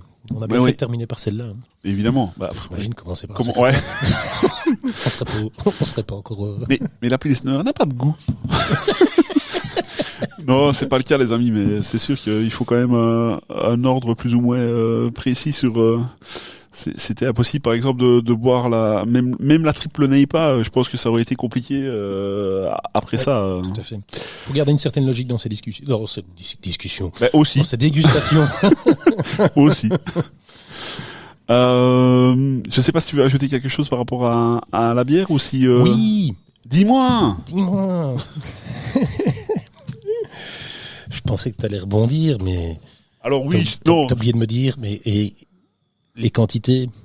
Ah oui, monsieur. C'est bien beau, on congèle tout sous là. Mais... Et là, je pense à nos amis français qui nous... J'ai d'utiliser du liégeois, désolé. Donc en fait, allez, on prend un exemple. Si on part sur un brassin de 10 hectolitres, ça fait 1000 litres. À la fin, tu te retrouves avec 220 litres. Au maximum. Au maximum. Donc, tu récupères entre 15 et 22% de ton brassin initial une fois que tu es sorti de ton congélateur. Ouais. Donc, c'est entre autres pour ça que vous avez un prix quand même un peu élevé aussi sur la bière, quoi. Donc, le temps que ça passe en brasserie, le coût de production, on l'a dit, et puis les matières premières, voilà, il y a pas mal de choses qui entrent en compte et qu'il faut bien sûr, faut. C'est-à-dire que pour les mêmes matières premières, on n'en sort que même pas 5e, ouais. Voilà, c'est ça. Donc voilà, ça se justifie aussi par là. Moi, c'est pas spécialement le problème du prix. Après c'est le prix. Hein, je saurais pas en acheter des casiers. Mais au-delà du prix, c'est aussi la rareté du produit. Oui, tout à fait. Tout à fait. Ça se comprend aussi par tout ce qu'on vient d'expliquer. Et généralement, quand ça sort, c'est fortement attendu et il y a pas mal de gens qui se jettent dessus. peut pas faire un truc avec Loana, non, qu'elle nous avertisse. Ouais, je pense qu'on va essayer. Maintenant qu'on a un pied dans l'endroit, Loana, si tu nous écoutes, tu sais nous renvoyer un message sur WhatsApp en nous disant attention, la secrétaire va sortir. Attention, pas longtemps. Il y a un jour avant, c'est assez. Oui, voilà, comme ça on sait. On reste à l'affût. Hein. Ouais. Comme pour les gens qui attendent pour le concert de Céline Dion, quoi. Oui. Oui, ben je mettrais plus volontiers le prix pour là. Alors, avec tout le respect Désolé, Céline, si tu nous écoutes. Ouais, non, c'est sûr. Mais avec tout le respect que je lui dois, non, je prendrais 2-3 bouteilles de ça, c'est mieux. En écoutant Céline Dion, si elle veut. Voilà, j'allais dire. Par contre, vous pouvez déguster en écoutant Céline Dion. Ce sera moins cher. Ce sera probablement moins cher, ouais. Du coup, est-ce que tu veux encore rajouter quelque chose Bah écoute, je pense que non. On a tout dit. On a tout dit. Attention, parce que Toddy en wallon, c'est pas la même chose. Quelle est l'importance de l'e-shop ou du web-shop pour la brasserie? Alors, pour nous, on est le meilleur exemple, par exemple, de l'importance du web-shop. Ben, il y a quand même une chose aussi qu'il faut savoir, c'est que en France, tu peux retrouver plus facilement de la débauche chez les cavistes qu'à hors France. Donc, le fait d'avoir un e-shop, c'est assez intéressant pour les aficionados comme nous, de pouvoir se dire, oh, ils ont sorti des nouveautés, hop, hop, pom, 2-3 clics, pam, tu te fais livrer ça chez toi, t'es tranquille, t'es peinard. Ici en Belgique, ben, tout le monde n'a pas de la débauche dans son magasin et parfois ils n'ont même pas. Enfin voilà, ils ont souvent la gamme permanente, mais les éphémères ils les ont pas tout le temps non plus. Donc voilà, le e-shop reste une valeur sûre pour être sûr de pouvoir acquérir ce qu'on a envie d'acquérir. Oui. Et est-ce qu'on sait acheter la même chose chez les cavistes que sur l'e-shop? Alors oui et non. En fait, quand tu vas chez le caviste, tu vas pourquoi? Tu vas pourquoi? Parce que tu as envie d'avoir un peu une discussion, des conseils. Le gars, il va te dire qu'est-ce que t'aimes bien? Est-ce que t'aimes bien les blondes? Est-ce que t'aimes bien les brunes? Est-ce que t'aimes bien les ambrées? Voilà. J'ai ça pour le moment. Ça, c'est une top brasserie. Ça, pauvre pomme. Tu vas vraiment pour un peu faire des découvertes et tu repars avec 6, 7, 8 canettes de brasseries différentes. Tu ne repars pas avec 6 canettes de la même brasserie. Non, ils cherchent justement pour éviter de concurrencer les cavistes. Ce qu'ils font, c'est que ils vendent par pack. Ils ne vendent pas à l'unité. Et donc, parce qu'ils insistent vraiment là-dessus, c'est qu'ils ne se veulent vraiment pas des concurrents. Des concurrents, quoi. Donc, mais plutôt, ils se disent plutôt destinés à ceux qui connaissent la débauche et qui, voilà, cette bière-là, je l'ai vraiment bien aimée. Pack de 6, je prends, quoi. Pack de 12, je prends. Hop, merci, au revoir. Voilà. Donc le caviste reste quand même à avoir son rôle et ils ont tout intérêt à garder les bons contacts avec leur caviste également, puisque comme j'expliquais et comme elle expliquait également, aller chez un caviste, s'il y a des choses que tu ne connais pas, que tu regardes dans le rayon, tu dis tiens, qu'est-ce que c'est que ça? Lui, il sait déjà t'en parler, te dire je l'ai goûté, écoute, ça va plutôt là-dessus, c'est vraiment très intéressant. Faut vraiment pas avoir peur quand vous allez chez un caviste de lui poser des questions. Si c'est un vrai caviste, il va pouvoir vous répondre et vous expliquer et vous aiguiller au mieux selon vos envies. Et voilà.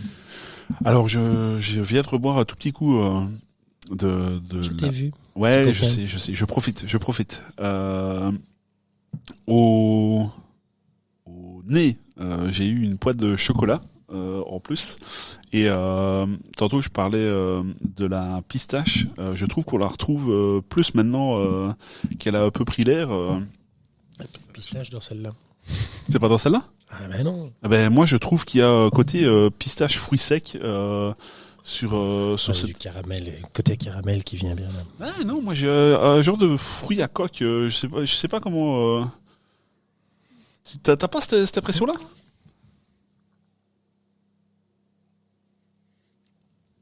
Alors je sais pas si c'est noisette que je dois dire ou si c'est pistache, mais j'ai cet aspect fruits secs. On va pas être d'accord. Je te vois froncer un peu les sourcils. Non, je vois ce que tu veux dire, mais pas la pistache, en effet. Non, plutôt noisette, oui. Pardon, monsieur. je voulais pas dire du mal. Non, mais tu ne dis pas du mal. De toute façon, une bière, on a chacun notre palais. On a chacun notre langue. Avec notre passé de ce qu'on a pu manger depuis qu'on est tout petit. Et voilà. Et à un moment donné, on déguste tous de manière différente. Une bière va paraître ennuyeuse à quelqu'un, alors qu'elle va paraître vraiment très... Oh. Celle-ci ne te paraît pas ennuyeuse, toi? Ah non, du tout. Ah, parce que sinon je voulais bien la terminer. Ça tue, mais je savais que t'allais rebondir là-dessus. Non, mais moi je dis ça comme ça en l'air. Non, je te laisserai terminer la bouteille si tu veux. Oui, mais alors... mon fond de verre, je le terminerai. Parce que c'est vraiment très agréable. Je dois bien t'avouer que je me demande si je vais pas regarder un tout petit peu mon papa qui puisse goûter ça. Ah, bah ça, franchement, je pense que ça lui fera plaisir. Ah oui. Et en plus, comme ça lui permettra de voir à côté de quoi il va passer quand il va aller en moto. Ouais, c'est dégueulasse ce que je fais. On a parlé de l'e-shop. Je sais pas si tu avais des choses à rajouter en plus par rapport à l'e-shop, mais moi, en tout cas, j'ai quelque chose à dire par rapport à l'e-shop. On a fait un petit peu du teasing au début de l'épisode. Je sais pas de quoi tu parles. On a parlé de code promo. Et donc, c'est le moment, les amis, vous qui avez patienté 1h36 pour... Quand même. Ah oui, monsieur, hein, quand on s'amuse... J'ai pas battu le record. Non, ça... Je m'appelle pas Kevin Lewest. Non, mais... Non, c'est vrai, c'est les coquins maintenant. Ouais, c'est les coquins. Ça y est, ils ont leur petit nom. Les coquins. Il faut le dire avec le petit accent aussi, hein, les coquins. Bon, pour vous qui nous écoutez, et pour nous aussi, parce que je suppose qu'on va en profiter aussi, hein, il y a code promo qui nous a été fourni par Loana, et un grand merci à elle. Grand merci pour d'avoir pensé à nous pour ça. Les amis, n'hésitez pas à aller sur le e-shop, sur le web shop, vous appelez ça comme vous voulez, et avec le code promo bière 10, donc bière au singulier sans accent majuscule. Ouais. 10, vous allez pouvoir bénéficier de 10% de remise sur le e-shop de la brasserie. Il est valable jusqu'à la fin du mois de septembre, donc n'hésitez pas si vous voulez vous faire plaisir tout l'été, allez-y, foncez. Je tiens quand même à souligner que c'est valable une fois. Mais quand même. Oui, mais quand même. Par exemple, toi tu vas commander, la semaine d'après moi je vais commander, la semaine d'après un copain va commander, et voilà. Voilà.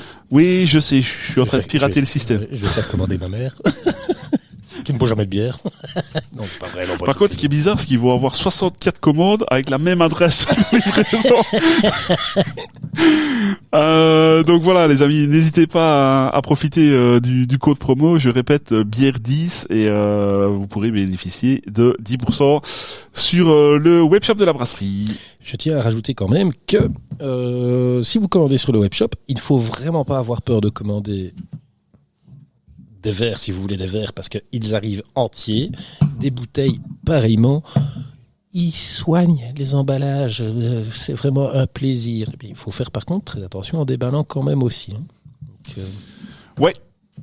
Et d'ailleurs, ça on l'a pas encore dit, mais merci à Loana et à l'équipe de la brasserie, parce qu'ils nous ont envoyé joli colis avec les produits, enfin certains produits. Je crois qu'il y a des produits qui étaient à toi quand on a dégusté. Enfin, je sais plus exactement. Tout à fait.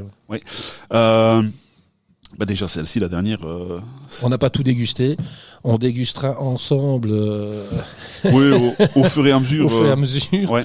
Oui, parce qu'aujourd'hui on a déjà bien bu. On va déjà se limiter. Avoir de l'eau là. Oui, c'est ça. Donc, en fait, tout ça pour dire que n'hésitez pas à commander sur le webshop. Et merci à eux de nous avoir envoyé le colis. On lui avait posé la question pendant l'interview, mais où peut-on retrouver la débauche en festival? Déjà sur leur propre festival au mois de septembre. Donc c'est vraiment à la brasserie que ça se passe, et devant la brasserie. C'est le samedi 12 septembre 2026 à la brasserie que ça se passe cette année. Je crois que ça fait 2 ans qu'ils n'avaient plus faim, qu'ils le refont. De mémoire, c'est ça, oui. C'est ça, oui. Sinon, il y a 3 gros événements auxquels ils participent chaque année. Il y a le Saint-Malo Craft Beer Expo, mais qui est déjà passé, qui avait lieu le 20, 21 et 22 mars 2026. Le Lyon Beer Festival, qui est déjà passé également, c'est 24 et 25 avril 2026. Et puis alors, il y a le bière à Lille, hein, le fameux bal, comme on l'appelle chez nous, qui est du 2 au 8 novembre 2026. Alors, ils vont bien sûr aussi dans tous les festivals où ils sont invités et où ils nous invitent, et selon leur disponibilité. Et de ce que j'ai pu voir sur leur calendrier, il y en a peut-être d'autres que j'ai oubliés, mais il y a le Béthune Beer Show, les 13 et 14 juin 2026, ainsi que le VNB Fest. Ça, c'est une chaîne, en fait, de bars craft qui est un peu partout en France, assez sympa. Et ils font un festival, et ça c'est les 20, 21, 22, 23 août 2026 à Château-Gontier.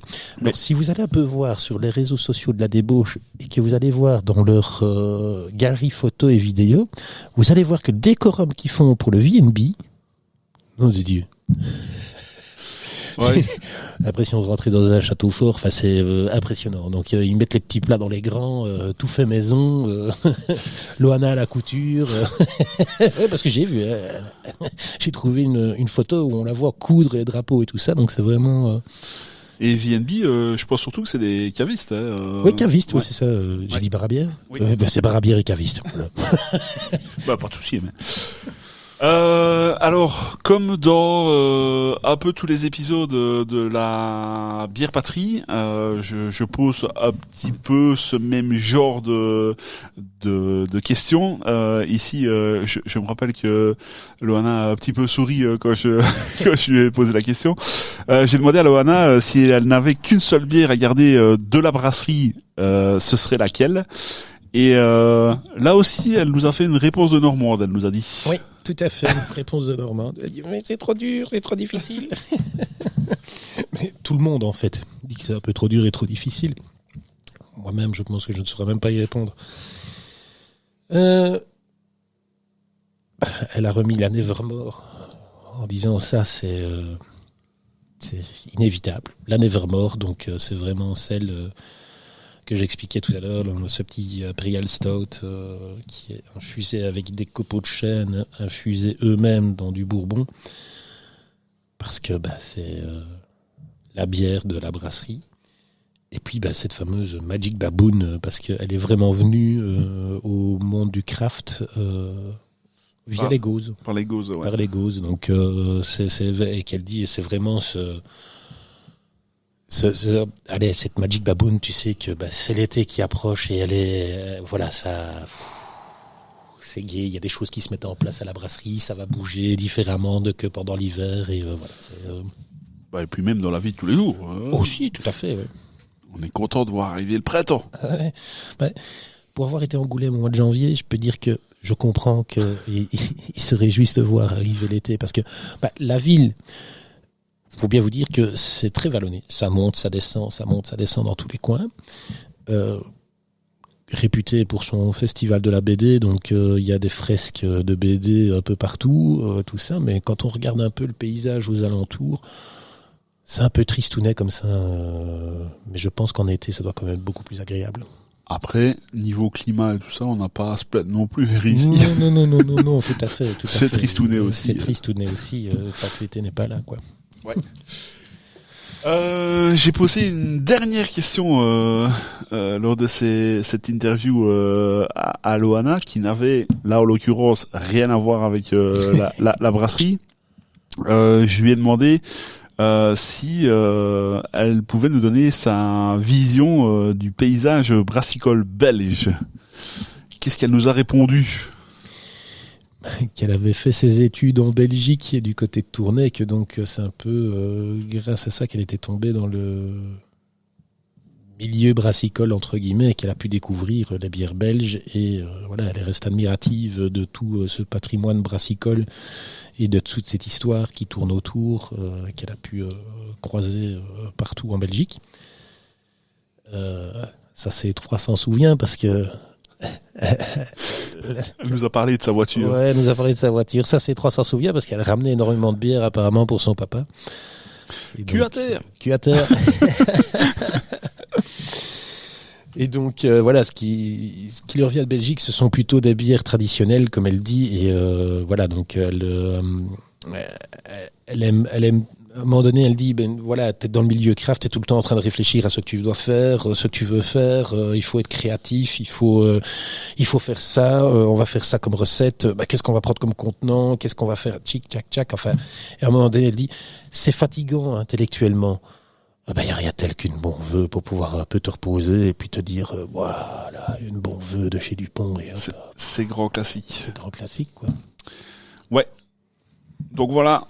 Par contre, j'aimerais quand même bien lui faire découvrir un petit peu ce qu'ils n'ont pas l'habitude de voir là. Donc, j'ai prévu quelque chose. Je n'en dis pas plus. J'espère que quand je suis partant avec toi. J'espère que quand l'épisode sortira, elle aura déjà reçu le petit cadeau en retour. J'espère. Est-ce que tu veux ajouter quelque chose, mon cher Mikey? Écoute, juste rajouter que franchement, si vous passez du côté d'Angoulême, n'hésitez vraiment pas à aller leur faire un petit coucou. La taproom est vous êtes toujours bien reçus. Les visites se font le samedi. Je pense que c'est à partir de 16h pour le modique somme de 8 € par personne. Il y a des dégustations comprises dedans.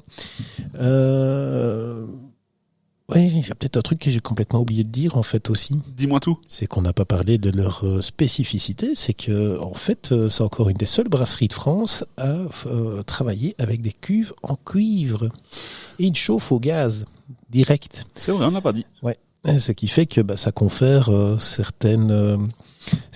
voilà, ça c'est quelque chose qui une chauffe uniforme et donc ça peut conférer ça peut donner certains arômes, pas du fait de l'échange du cuivre vers le produit, loin de là que du contraire, mais de par la manière de chauffer, et puis ça demande une certaine maîtrise de l'outil également, quoi. Donc ils ont commencé vraiment dans une cuve toute petite, et puis ils ont fait la plus grande cuve, et ils sont toujours restés sur les cuves en cuivre, et je pense que franchement, il faut qu'ils restent sur les cuves en cuivre. Voilà, en tout cas, ce qu'on a goûté des produits, et puis toi, un fan que tu es. Tout à fait. Ils ont également développé une gamme de soft qui est assez sympathique. Spunky, si je ne me trompe pas. Ouais.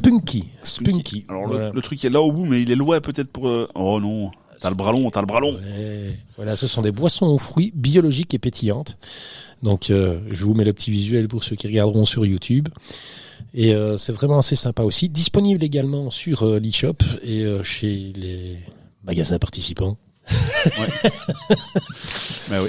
Donc voilà. Et quand vous allez à la taproom, ne vous attendez pas à boire uniquement que de la bière, quoi. Si vous avez envie de boire du soft parce que vous êtes Bob en France, je ne sais pas comment on les appelle. Chez nous, c'est les Sam. Voilà, ou les Sam, quelque chose comme ça. Donc ceux qui ne boivent pas d'alcool parce qu'ils ramènent les potes, vous avez aussi les softs qui sont assez sympas. Il y a de l'eau également. Il y a possibilité de boire un peu du vin également, donc voilà, et puis de manger, de grignoter un peu sur place. Donc n'hésitez vraiment pas à aller leur rendre visite, et puis vous verrez, ça vaut le détour. Et je suis certain que vous repartirez avec une deuxième valise remplie de bière. J'ai l'impression que tu n'es plus à convaincre. Je ne sais pas pourquoi tu dis ça. Ah bon? Je n'ai rien d'autre à rajouter, sinon que merci Loana pour ta disponibilité, ouais. Et de nous avoir accordé une bonne heure de ton temps en visio.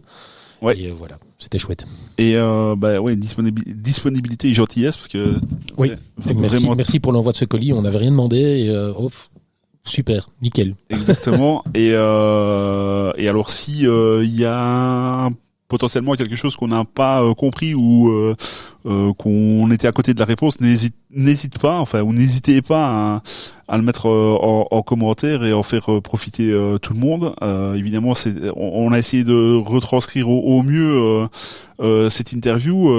La distance a fait que on ne savait pas les inviter ici directement dans le podcast, mais voilà, on a fait, en tout cas Mikey a fait ce qu'il pouvait. D'ailleurs, un immense merci à toi, parce que tu as fait énormément pour cet épisode, pour les dégustations. Tu as apporté plein de choses aussi. Et merci pour l'idée, parce que c'est toi qui avais soumis l'idée Merci d'avoir accepté surtout. au départ. Bah écoute, moi J'ai mis un peu le pied à l'étrier. Je me dis, c'est une expérience à prendre et j'avais envie d'essayer et je suis content de l'avoir fait avec toi. Ben, mille merci à toi encore. On se reverra, on en refera d'autres J'espère bien. sur d'autres sujets. Non, vraiment encore mille merci. Merci Loana. N'oubliez pas de commander sur l'eShop avec le code promo. On va y arriver. Oui. Elle fait la secrétaire. Ben alors normalement non, parce que je suis potentiellement capable d'assimiler plus, mais peut-être. N'hésitez pas aussi à aller vous abonner aux différents réseaux sociaux. Alors je mettrai normalement ça en description, mais disponible sur Instagram, Facebook. Je ne sais pas si la brasserie a le Facebook, mais oui. Il y a deux sur Facebook. Il y a la brasserie et la taproom. Ben n'hésitez pas à aller vous abonner à tout ça, ou au minimum aller voir ce qu'ils font. N'hésitez pas à vous abonner aussi. Alors je sais pas si tu veux bien que je le mette en description, tes réseaux sociaux. Oui, on peut. Oui, on peut. Donc je ferai ça aussi. N'hésitez pas à aller voir les dégustations de Mikey.